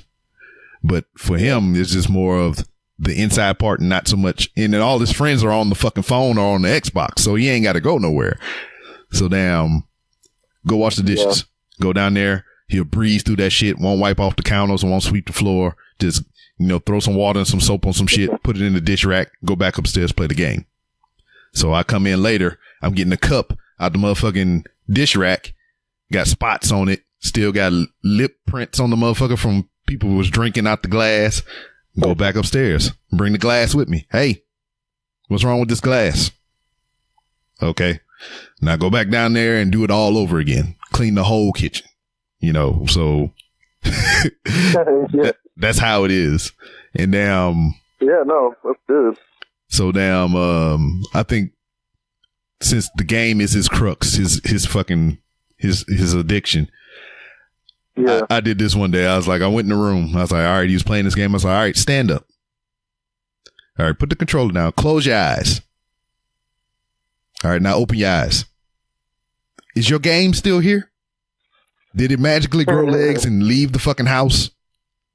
He's like, no. I was like, all right, now do this for me. Walk out your room. Close the door behind you. You walk out the room, you close the door. All right, now come back in here. You open the door, come back in the room. I was like, did your shit leave your room? Is it still here? Yeah. I was like, think about that shit. This game is here for you all day, every day. That shit in there, go get that shit done because this is shit that you're supposed to do. This is your responsibility in this house and that's what I want done. So you get that shit done and your shit will still be here. You ain't got to worry about this leaving. You ain't got to worry about not having it ever in your life unless you sell it or you break it, So yeah, dude, give it the program. That's a good way to throw some perspective at him. My daughter doesn't ever get phased, man. I try to do that shit by taking away her tablet, but she be acting like whatever. Yeah, and completely negates the purpose of me taking shit away from her. Let's see, and that's a gift and a curse in itself too, man. Because the boy is like that, you know. Oh, really? Because you take his shit away, and you know he realized he fucked up, and this is the consequence for it. But at the same time, he'll just find something else to do. Because like ever since he was like a baby, man, it's just like I would take shit away from him, and this motherfucker be in his pocket pulling out pocket lint and playing with pocket lint. You know, that's just the thing. That's just how he is, man. And it's like, I kind of feel like, I mean, he get that from me. Cause like, I know how I am. Like, all right, let's just say, you know, I break my laptop. In that moment, I'm going to be pissed about breaking that fucking laptop. You know, I'm going to think about all the shit I could have been doing with this laptop and all this and that and this and that and whatever. And then automatically, you know, a couple hours later or however long it take me to come to terms that I don't have this laptop anymore. It's just like, well, fuck it. I can just buy a better laptop, or, you know, I mean, did I really use it that much? You know, justifying to where, you know, I don't need it as bad as I thought I did, you know, and I can just move on and do something else, you know, and he's kind of like that. Yeah. All right. I love playing my Xbox. I love playing my games. Now that shit is gone. Well, what happened? Why did I lose this shit? You know, he kind of learns in some aspect of it or whatever, but he accepts it. He just goes with the flow. He's just like, well, fuck it. It's gone now. I mean, there ain't shit I can do about it. Yeah. You know? Yeah, that's the approach that I take now also. Like my laptop monitor taking a dump, my computer took a dump. I invested a gang of money in all that equipment, and I can't even use it now. So I'm not even bothered by it, you know? Yeah. I got plenty of shit to do. I got plenty of stuff to do to keep me busy. That isn't that big of a deal. And plus, you know, the older you get, the more you realize, like shit to be replaced. You know what I mean? And also in that same vein, it's a teaching moment. It's just like when you lose this one thing that you're accustomed to, when it's gone, you get to realize how insignificant in the whole scheme of things that one thing was, you know? Yeah, absolutely. That perspective is crucial, but it's also something you can't necessarily, I mean, you can sort of teach, but you have to teach it through loss. Yeah. You know? It's a lesson that's taught through loss.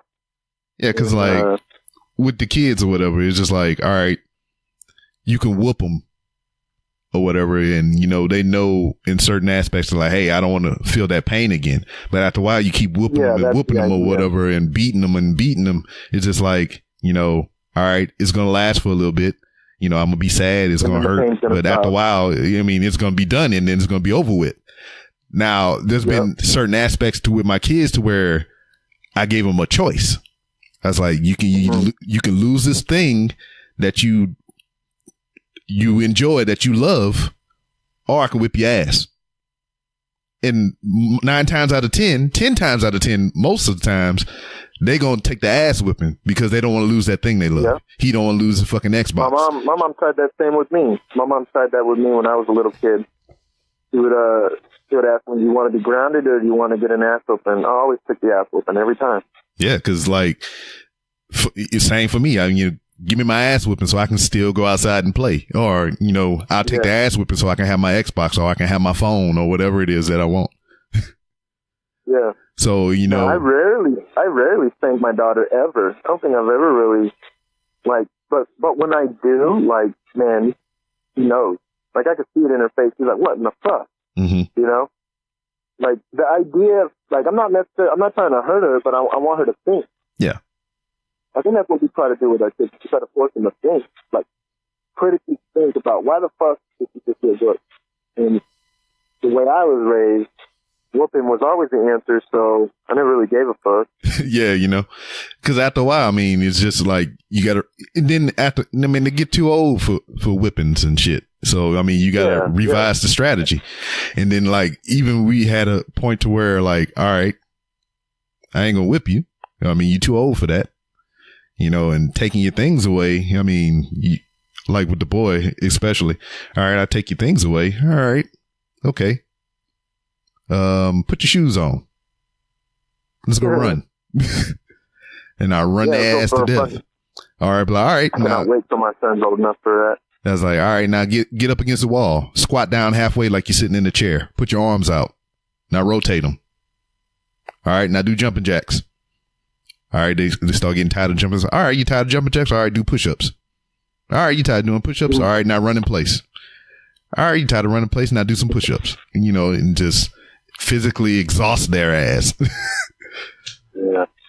Can't wait for that. I mean, I tried to do that.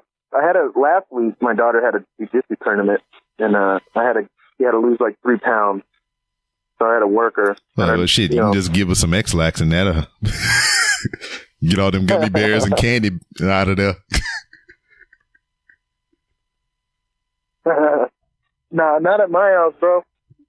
My house, we get junk food once a week, and that's usually today on Saturdays. Once a week. Yeah. And see, it's mostly a European diet over here. It's potatoes, eggs, and meat.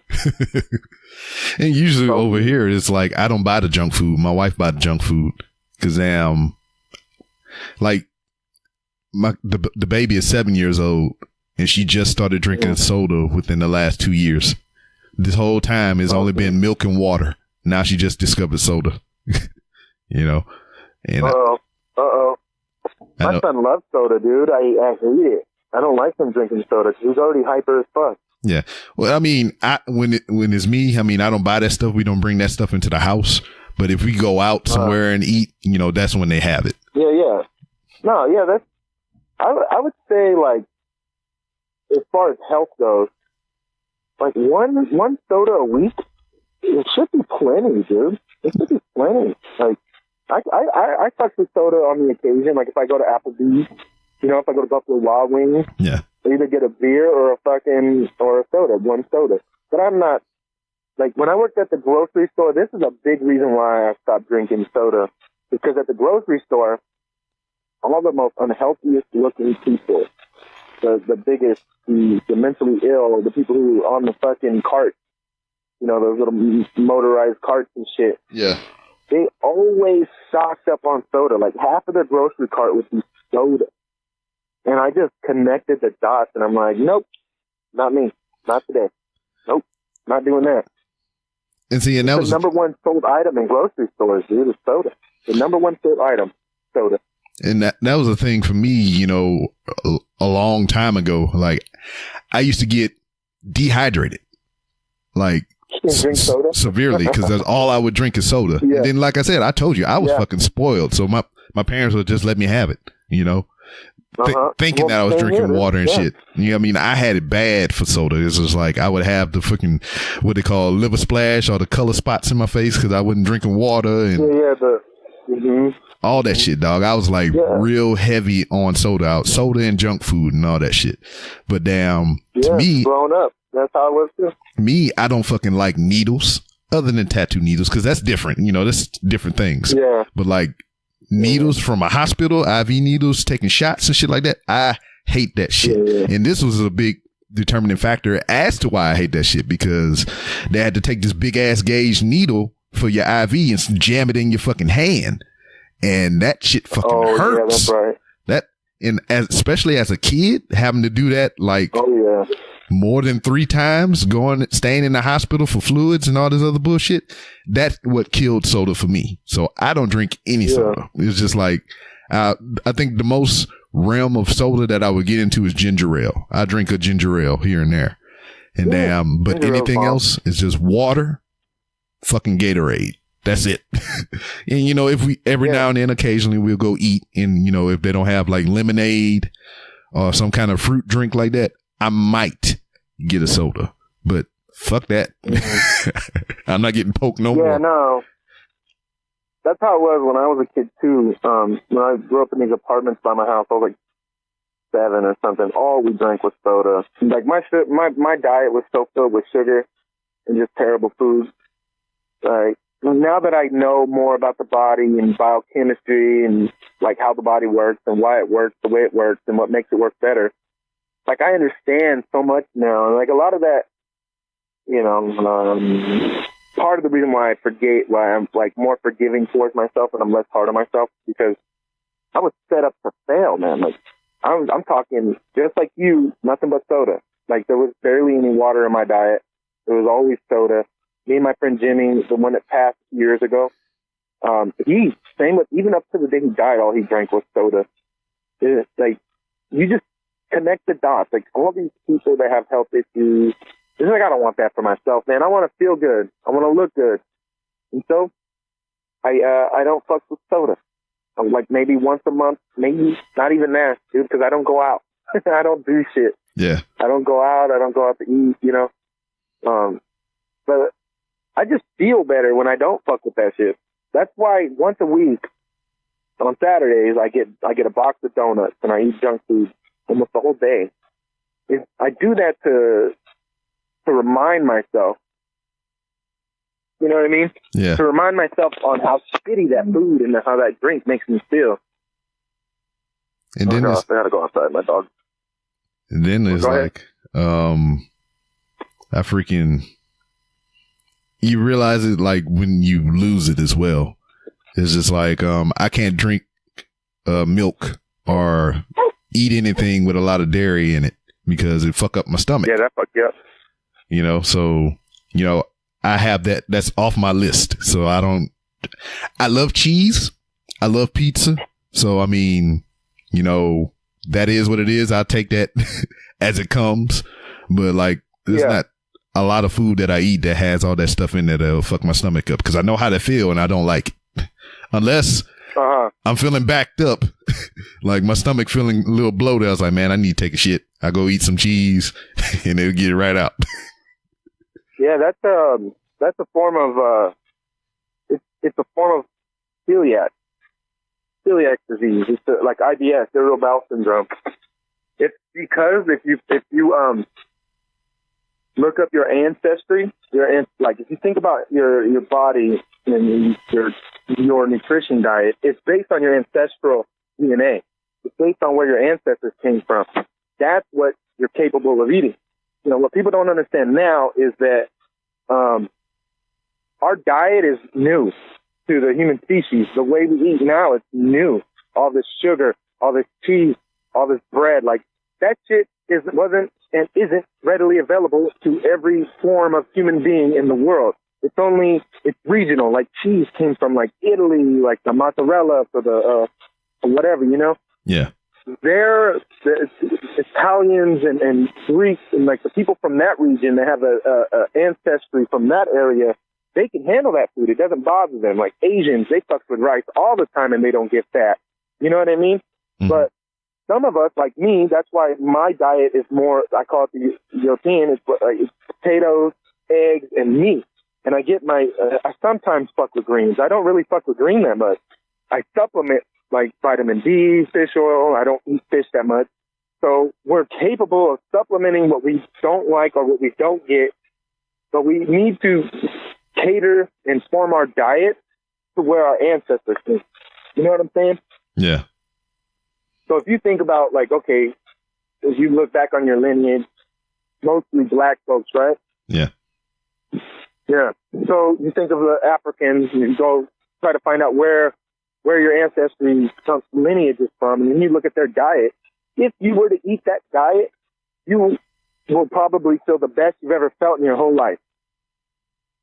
You wouldn't have no issues. Your body will start popping into shape. Like some things are that simple.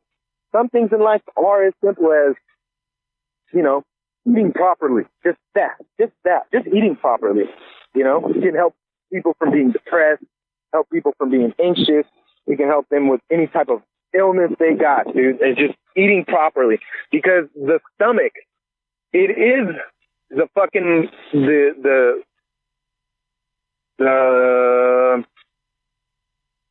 it is the fucking gate to the body, right? The stomach is the hub. It is the train station. It's where everything goes, and then it gets on the fucking train, and then it delivers the nutrients to where it belongs.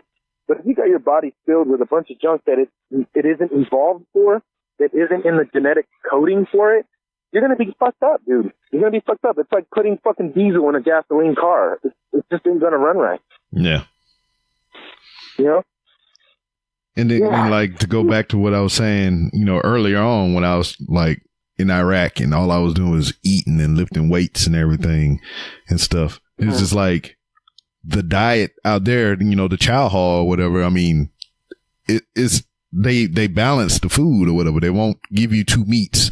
They only give you a freaking meat, a vegetable, and, you know, other, you know. So, I mean, the diet was tailored for me there, you know, so all I would do is lift weights and go there and eat, you know, every now and then I'll get some Pringles or some shit like that, but that was it. Yeah, man. It's like, as far as looking good and feeling good, it all starts with the stomach, man. It all starts with the stomach. I tell that to all of my clients. Every new client I get, I tell them that if you want to look good and you want to feel good, it starts with your stomach. It doesn't start here in the gym. Like, you can come here and work out all you want. You're not going to see the results that you want to see unless you fix that diet, you know, and you get yourself the proper nutrition, get your hormone levels up. And yeah, man, in the military, that's like, I fucking miss chow hall. Yeah. I would be a fucking monster right now if I had a chow hall. You know, if I had a chow hall right now, dude, I'd be yoked. I'd be full as fuck. And that was another thing that I didn't understand either. Is just like, motherfuckers would, all right, they give you if you lived in the barracks, if you was a single guy, they gave you a meal card, you know, and it's like, you would just go to the chow hall, give them your meal card, you eat for free, you know, but motherfuckers it would boggle my fucking mind how motherfuckers would just go out all the time during lunch and breakfast. Yeah, and go to restaurants and shit. Yeah, spend money. Go to McDonald's and Burger King and all this other stuff. I was like, dog, you eat for free. Yeah, free food over here. Yeah. You know, I mean, it's not the best, but I mean, it's for free. You know, you're saving money, dude. It would boggle my mind. Yeah. It's like, I'm going to McDonald's. You want something? I was like, nah, I'm going to chow hall, dog. Yeah, I mean, look, man, I forgot how like frivolous people would spend in the military. People didn't give a fuck in the military. Always buying shit. I guess that's just that's about as American as it gets, though, right? See, and it's not entirely on that either. It's just like you get a whole bunch of kids away from home for the first time with their own money, possibly for the first time, and they very true. They just woohoo! It's just like college. Yeah. Know? Yep. So I never thought of it like that. Yeah. Oh, good perspective. That's all man, it is. If I could fucking leave a message or help anybody, I would say it has to start with the stomach, bro. You know? Starts in the stomach. It starts at the chow hall. If you're not feeling good, if you're not happy with your life, stop. The pig got all wet. You still got that pig? Yeah. Have you ever? I was filling up my. Have you ever fed the pig bacon?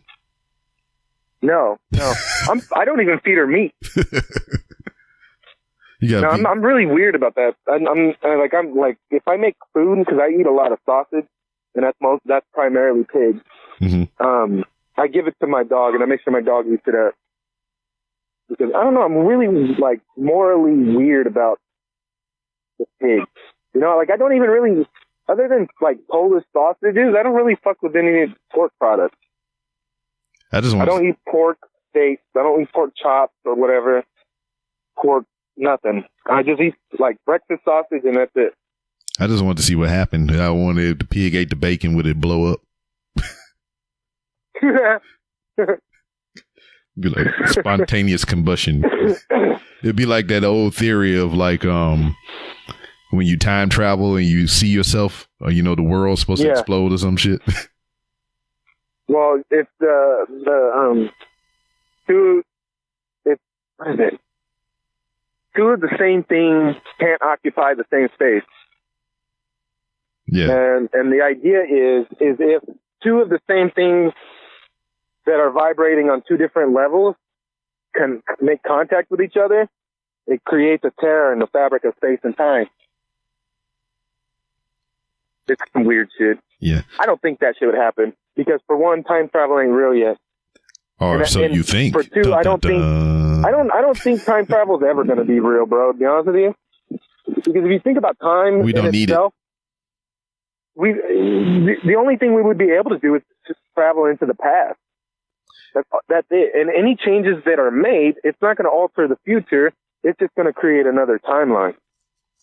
So that's your theory? That's my theory, yeah, because you got to think, man. So now, do you know right now? The only time that is real, is now. That's the only thing that is real, that exists, that is tangible, is now. Mm-hmm. Everything else is the history or potential of what something can be, is the future. Like, so the future for sure isn't set in stone. The past already happened. Mm-hmm. It already happened.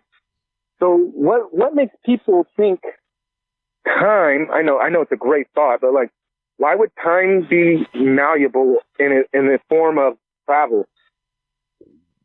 Why? Mm. We don't even know what time is. Time is just a period, like it's a thing that we made up. Just like gravity, it's a way to explain something. Mm-hmm. You know, like we fantasize about time travel because we want to fucking go back and fix our mistakes, and we're impatient, so we want to see what the future's like. Yeah. Well, you know, I kind of subscribe to that theory to where, like, all right, you can only go back, you can't go forward because forward hasn't been made yet. Yeah, it hasn't even. Because like the Back to the Future, yet. because the Back to the Future movies, you know, they have a different theory on time. Like you can go back and forth, you know, whatever. Yeah. But well, I think with Back to the Future, you have to go to the past in order to travel to the future. Mm-hmm. Does that make sense? Not necessarily. Well, okay, yeah, no, I'm wrong. Go ahead, continue. Yeah, but like, it's been discussed before. It's like, all right, right now, me and you, we in the laboratory, we make a motherfucking time machine.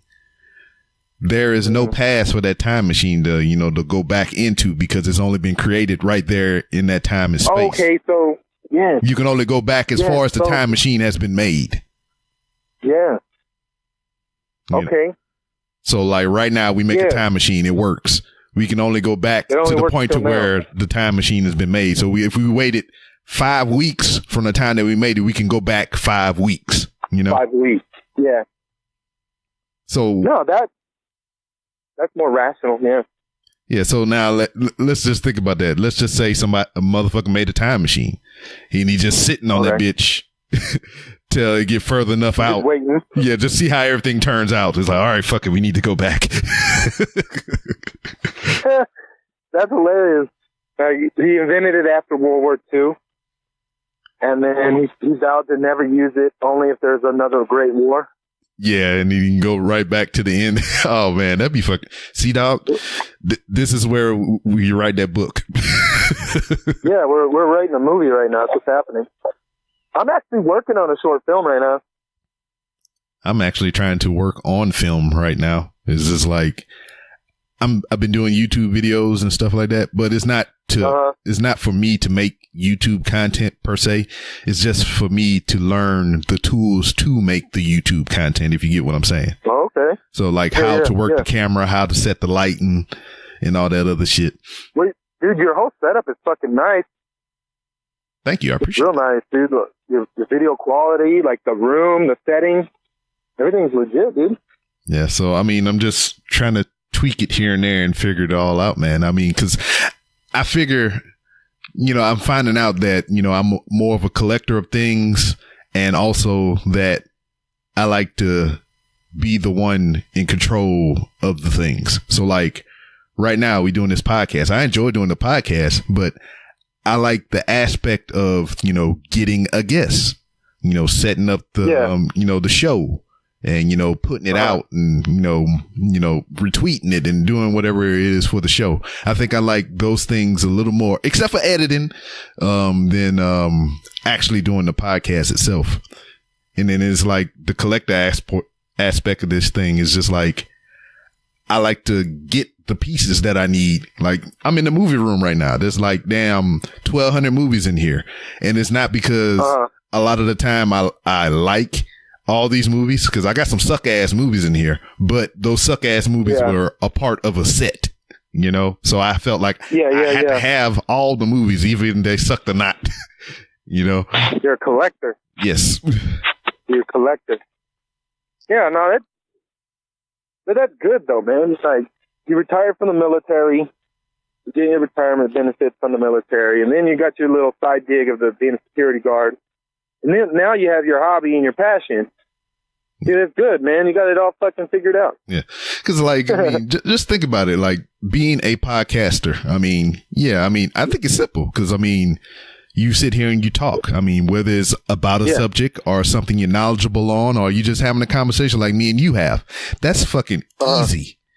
The hard part is everything else is, you know, making sure the recording levels are right, making sure your edits are right, making sure it's uploaded on time, making sure, you know, I feel like if I can master those other things outside of the podcast, because this comes naturally. This happens. What we're doing right now, the talking. This is easy. It's just, I feel like I need to master everything around it, you know, because like. Yeah, definitely. I did. That's what I was doing. Remember? Yeah. But I turned into a crazy person, so I had to stop. I remember. I remember. You remember? I remember. Yeah, dude, like, I don't know. I think for me, I'm more of a passionate learner. Like, I'm willing to learn anything. There's nothing that I'm not willing to learn. And I think that's what mine is. Like, you're a collector of this specific hobby. Like, me, I want to know everything. I legitimately want to know. Like, I'm okay with being wrong. I'm okay with sounding stupid. Yeah. Because in my life, I've learned being wrong is one step closer to being right. Yeah. You know what I mean? Like, how else is, like, a lot of people are afraid of failing, seeming stupid or afraid of failing. But what people don't understand is that is the most crucial part of being an educated individual is being wrong and feeling stupid. Yeah. Because that's the driving force behind, like, okay, I never want to feel that again. Exactly. How do I not feel stupid? You know? You know, because like, and I think I've always felt stupid. Yeah. I think what I've abandoned is saying that I can't do shit. You know? Yes, never say you can't. I tell my kids that. That's one of the most crucial things I tell them. And I get mad at them when they say I can't. Yeah. And it's not even the can't aspect of it. It's just that, like, you're not going to be good at everything. So, but it's just like, for me, it's just like, here it is. All right. Simple topic, simple discussion. All right. Rap. The current state of rap. Mm-hmm. I mean, there are good rappers. Then we have the commercial rappers. And then, you know, there's the other shit. The other shit is that all that bullshit. You know, future shit. Yeah. But at the same time, I won't talk about any of those three categories. You know, as far as music wise, if the person is shitty themselves, if they suck as a person, then, you know, I'll talk shit about them all day. But as far as the creation of music, their skill or whatever, I would never talk about that, because why? I'm not doing what the fuck they doing, you know? So I don't feel like. So what gives you the right to talk about it? Yeah. Yeah. I don't do that for a profession. I mean, I don't have anybody in my ear helping me produce or do any of that shit. So the only thing that I can say is, like, either I like the song or I don't like the song. You know, that's the only really true opinion about it, because if you like it, you invest in it. You make money, they make money. I mean, they make money, the record label make money. If you don't like it, you don't listen to it, nobody gets anything out of that, you know? So that's the only really two things about, you know, criticism as far as in the music aspect. Either you like it or you don't like it, you know, money wise. Yeah.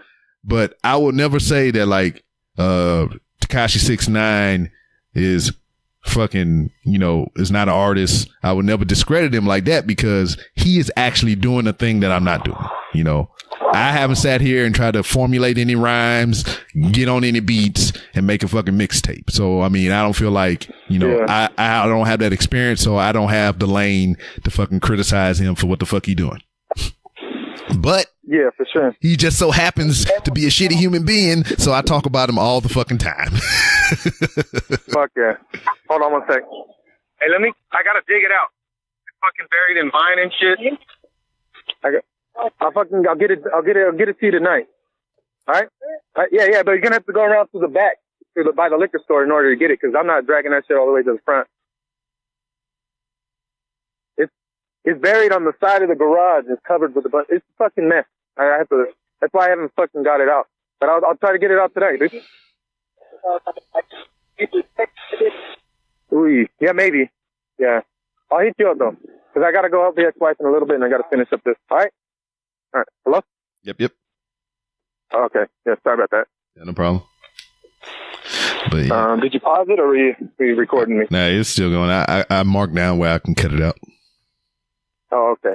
Yeah, this is, I don't know if you remember before, I was talking about my neighborhood and how the guy I was talking to, I compare him to Russia. Like, his house is Russia. Like, nobody likes Russia, but we got to be cool with him. Yeah. He keeps asking me for this fucking dirt bike I got in my backyard, but it's scary, dude. It's like this vine that my neighbor has grew over it, and it's like, it's a lot of work for me to get it out, and I don't want that fool in my backyard either. Oh, well, I was about to say that's that's the only crux of the thing is like, well, if you want it, motherfucker, go get it. But at the same time, I don't want you in my shit. Exactly. Exactly. So that's why I told him. I was like, yeah, I got to dig it out because I'm not letting him in my backyard, dude. There's too much shit back there. He's going to see too much opportunity, you know? I just don't want to have to fucking deal with that drama. I don't want to have to go to war with Russia. All right. But hey, man, we've been rambling for quite a bit of time. Oh, yeah. And it's been a pleasure to have you back on the show again, hear your progress and your realizations on life and everything. I know you're not as posting as much as you normally do, but if people want to get in contact with you, go ahead and let them know how they can do that. You can follow the GSMH brand page. I sort of turned it into my own little page, but you got Toni, Toni, Cosner, Cosner is my Instagram. You can follow me on the Snapchat. I don't know what my Snapchat is, so fuck Snapchat. Yeah, just Instagram. Follow me on Instagram. It's inspiration, motivation. I like to post. I like to post on there to keep people updated, to show that I'm practicing what I'm preaching, and I'm not just preaching. Go follow me if you want to be inspired, because that's what I'm doing. I'm trying to keep myself inspired, and I'm trying to inspire other people. Yeah. So follow me there. You can go to my YouTube. Check out my YouTube. It's God Shaped Mommy Hole. Just type it in, God Shaped Mommy Hole. And, I got some episodes of me and Jody B, a couple episodes with some guests.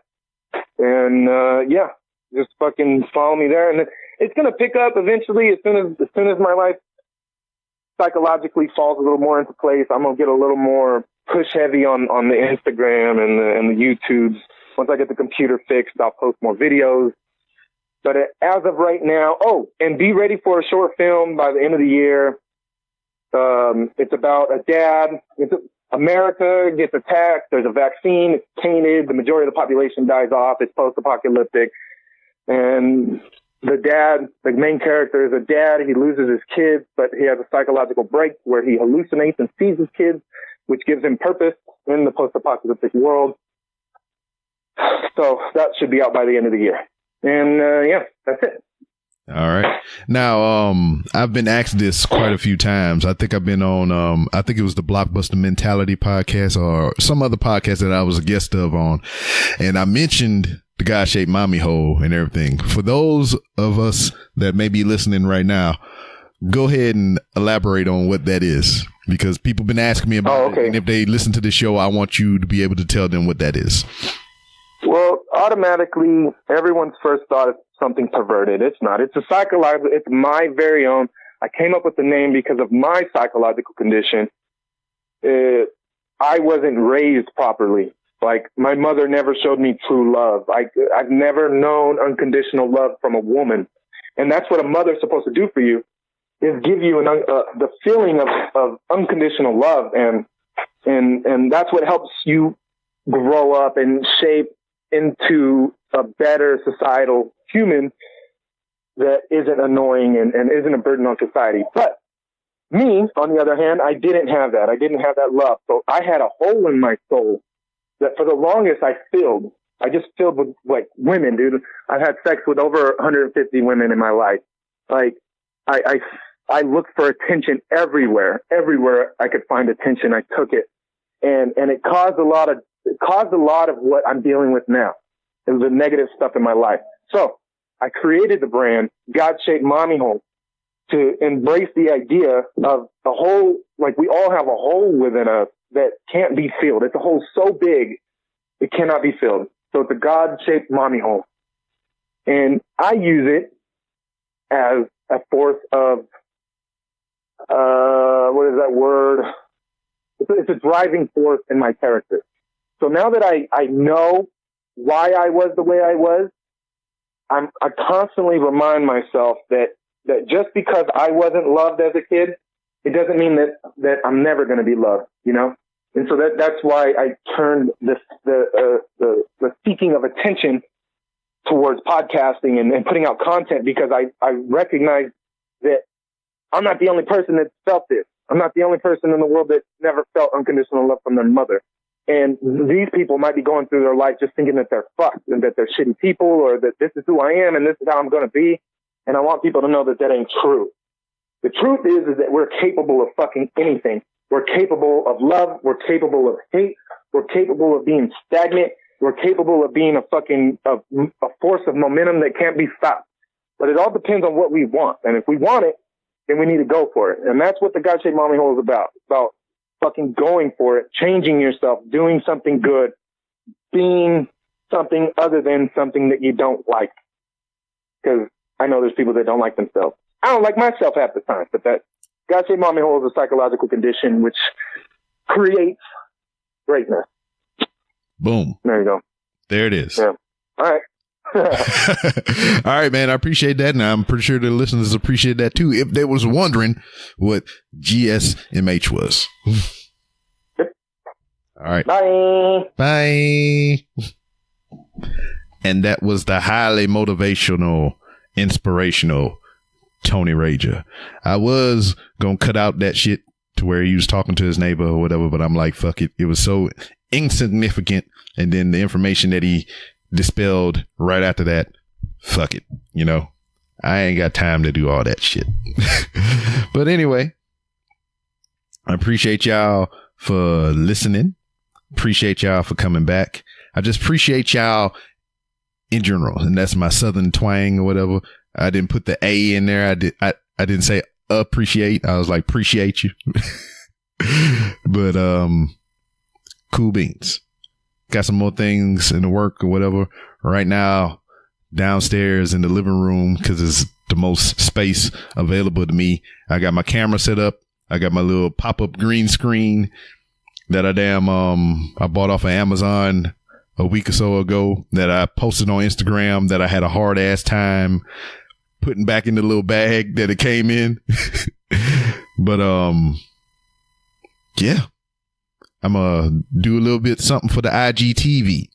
There's a new feature that Instagram just rolled out where you can record longer videos, kind of creating your own TV channel and whatnot. So, I mean, I think at the moment it's only 10 minutes long from what I've seen and heard. I heard originally that it was supposed to be an hour, but I don't know. And as I told Tony or whatever, you can't do anything live. Like, you can't hold the phone up and record shit and put in it, to my knowledge. Matter of fact, I got my phone in my hand right now.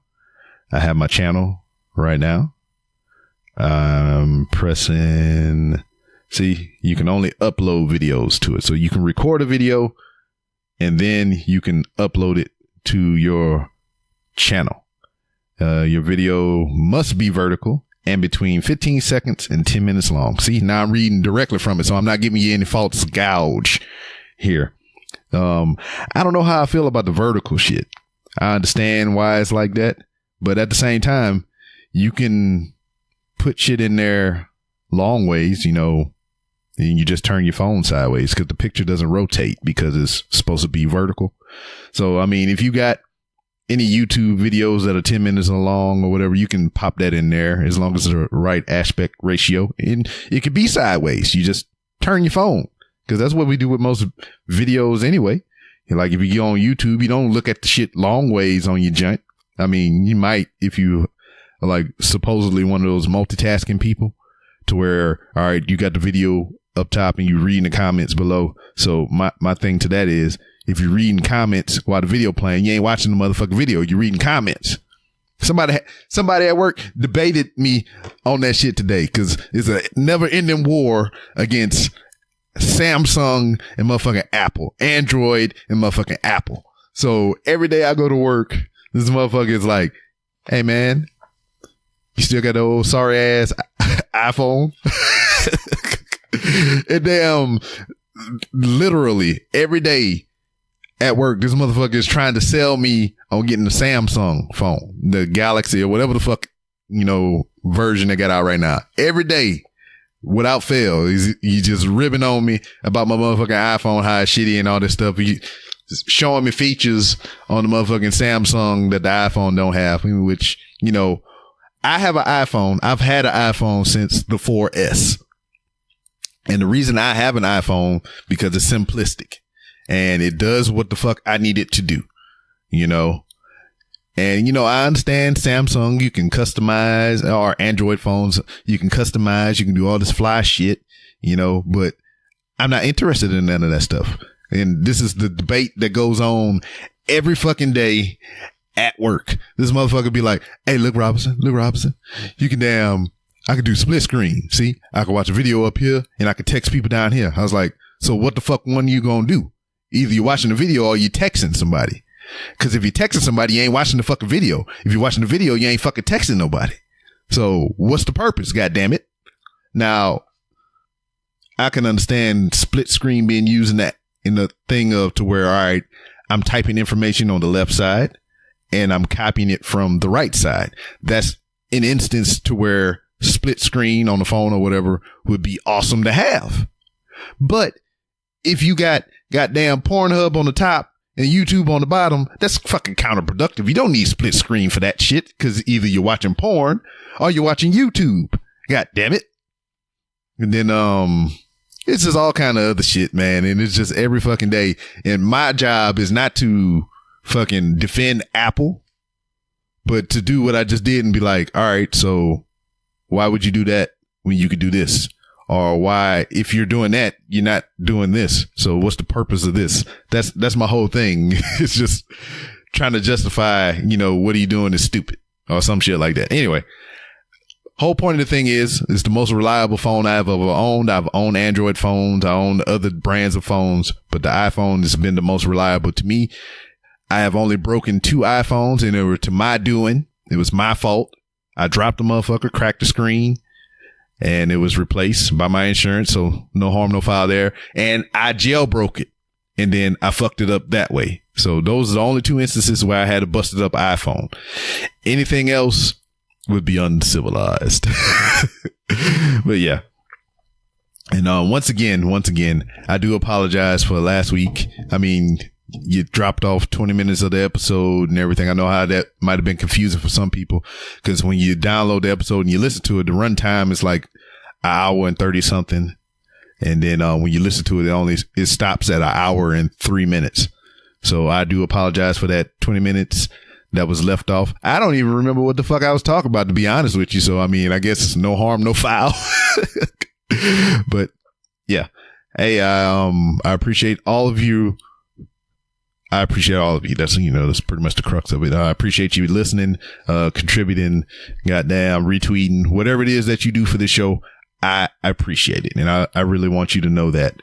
I still haven't got that one download or listen from Alaska, Idaho, or Vermont. So I'm pretty perturbed about that. But hey, man, that's only 3 places in the United States. Now I'm trying to take over the motherfucking world. I heard Antarctica is a damn hard motherfucker to get. And I would be very interested to know anybody in the podcasting game has had anybody, have analytics, some kind of proof that somebody is out there in Antarctica listening. I mean, I know it's its own continent and everything, but is there actually motherfuckers living there? I really don't know. I mean, I know people go there for like exploration and research and all kind of other bullshit, but do people actually fucking live there? It blows my mind people live in Alaska. It blows my mind even further that in Alaska, there's still Blockbusters open. I guess because the motherfuckers don't want to go through all that bullshit to go up there and shut that shit down. I guess they probably hadn't got the memo yet. There's probably still active Toys R Us's in motherfucking Alaska. So, man, all the things that we've lost over time, Sam Goody, motherfucking Circus City, all that shit is still thriving and living in Alaska. This is where old things go to die.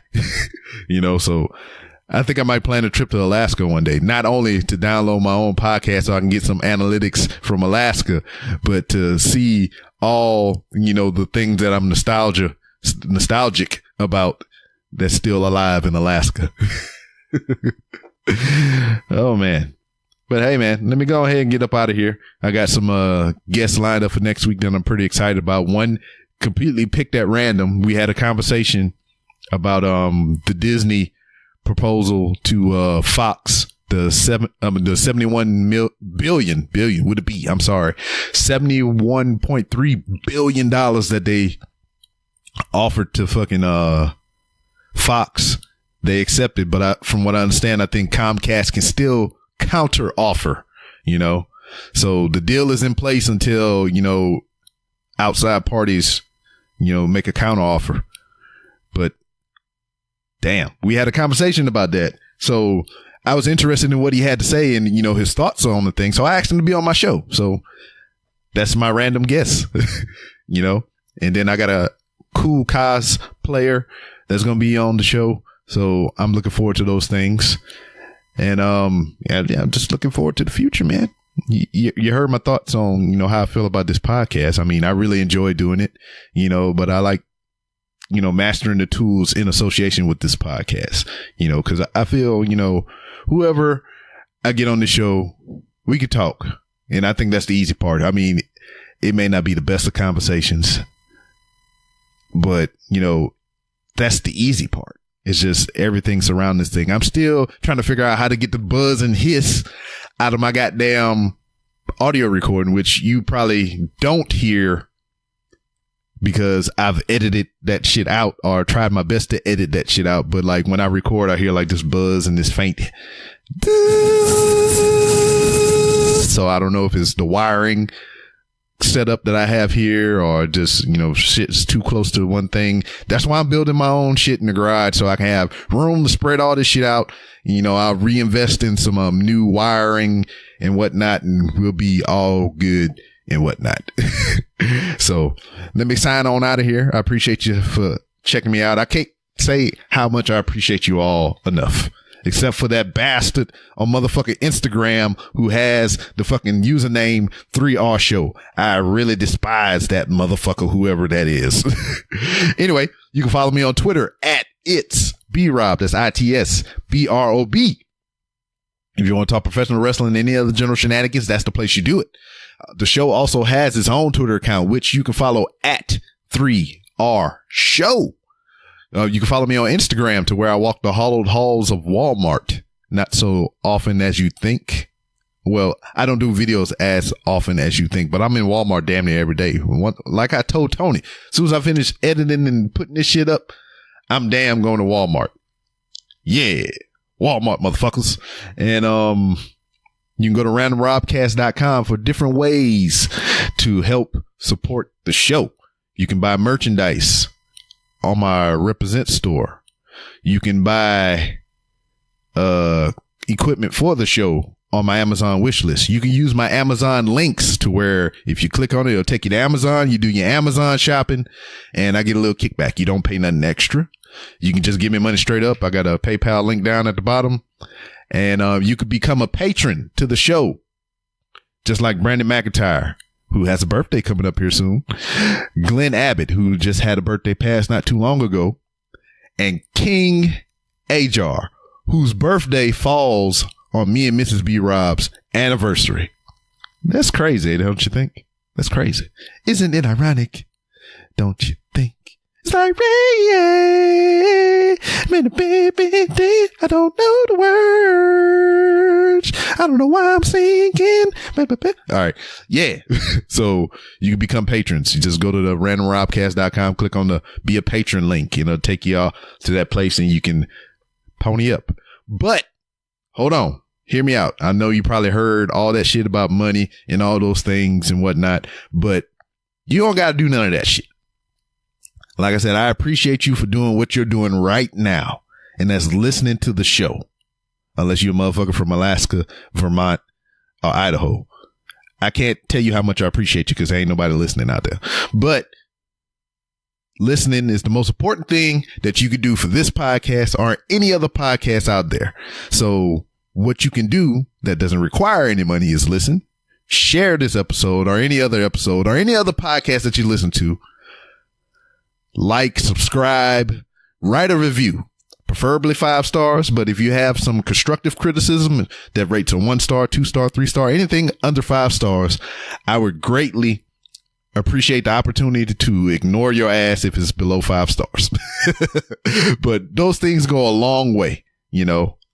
Those freaking comments, those likes, those subscribe button clicks, the reviews, all that stuff can lead to other people giving me money, not you. You know, sponsors.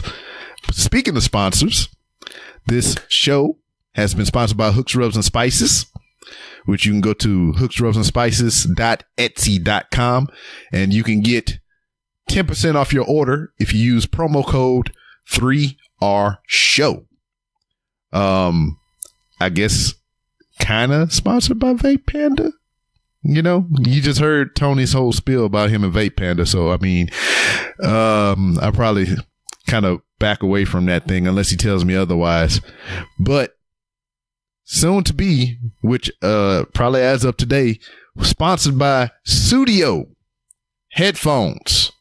You can go to studio.com and you can get you some splendiferous pairs of headphones, many varieties. They got Bluetooth earbuds. They got the ones that go around the neck in your ears. They got the over the head, which, you know, I'll give you a review in my freaking honest criticism on here momentarily because I got some coming in the mail and I ain't gonna give you no false gouge on the product, you know, until I actually put hands on it and tell you about it.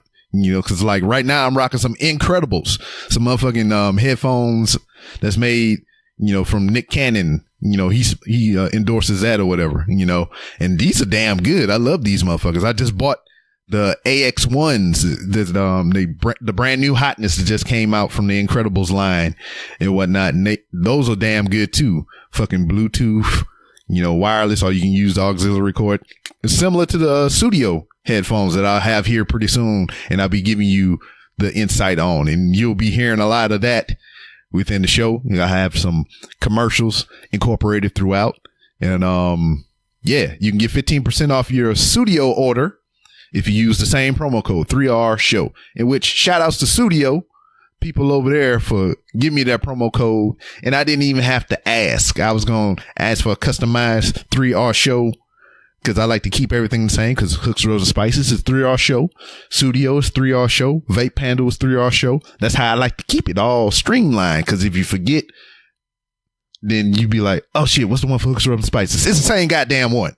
So that's how I like to keep it. So shout outs to Studio, shout outs to Hooks, Rose, and Spices. And yeah, that's it. I'll see you next time. Hush Your Face is coming straight to your ears. A podcast network that's changing gears, bringing fresh funky pods with a fresh funky beat. A family of pods that are bringing the heat. There ain't no stopping us. Keep coming back to us, sick ass pods that'll make you hush. www Hush Your Face. www Hush Your Face. www HushYourFace.com.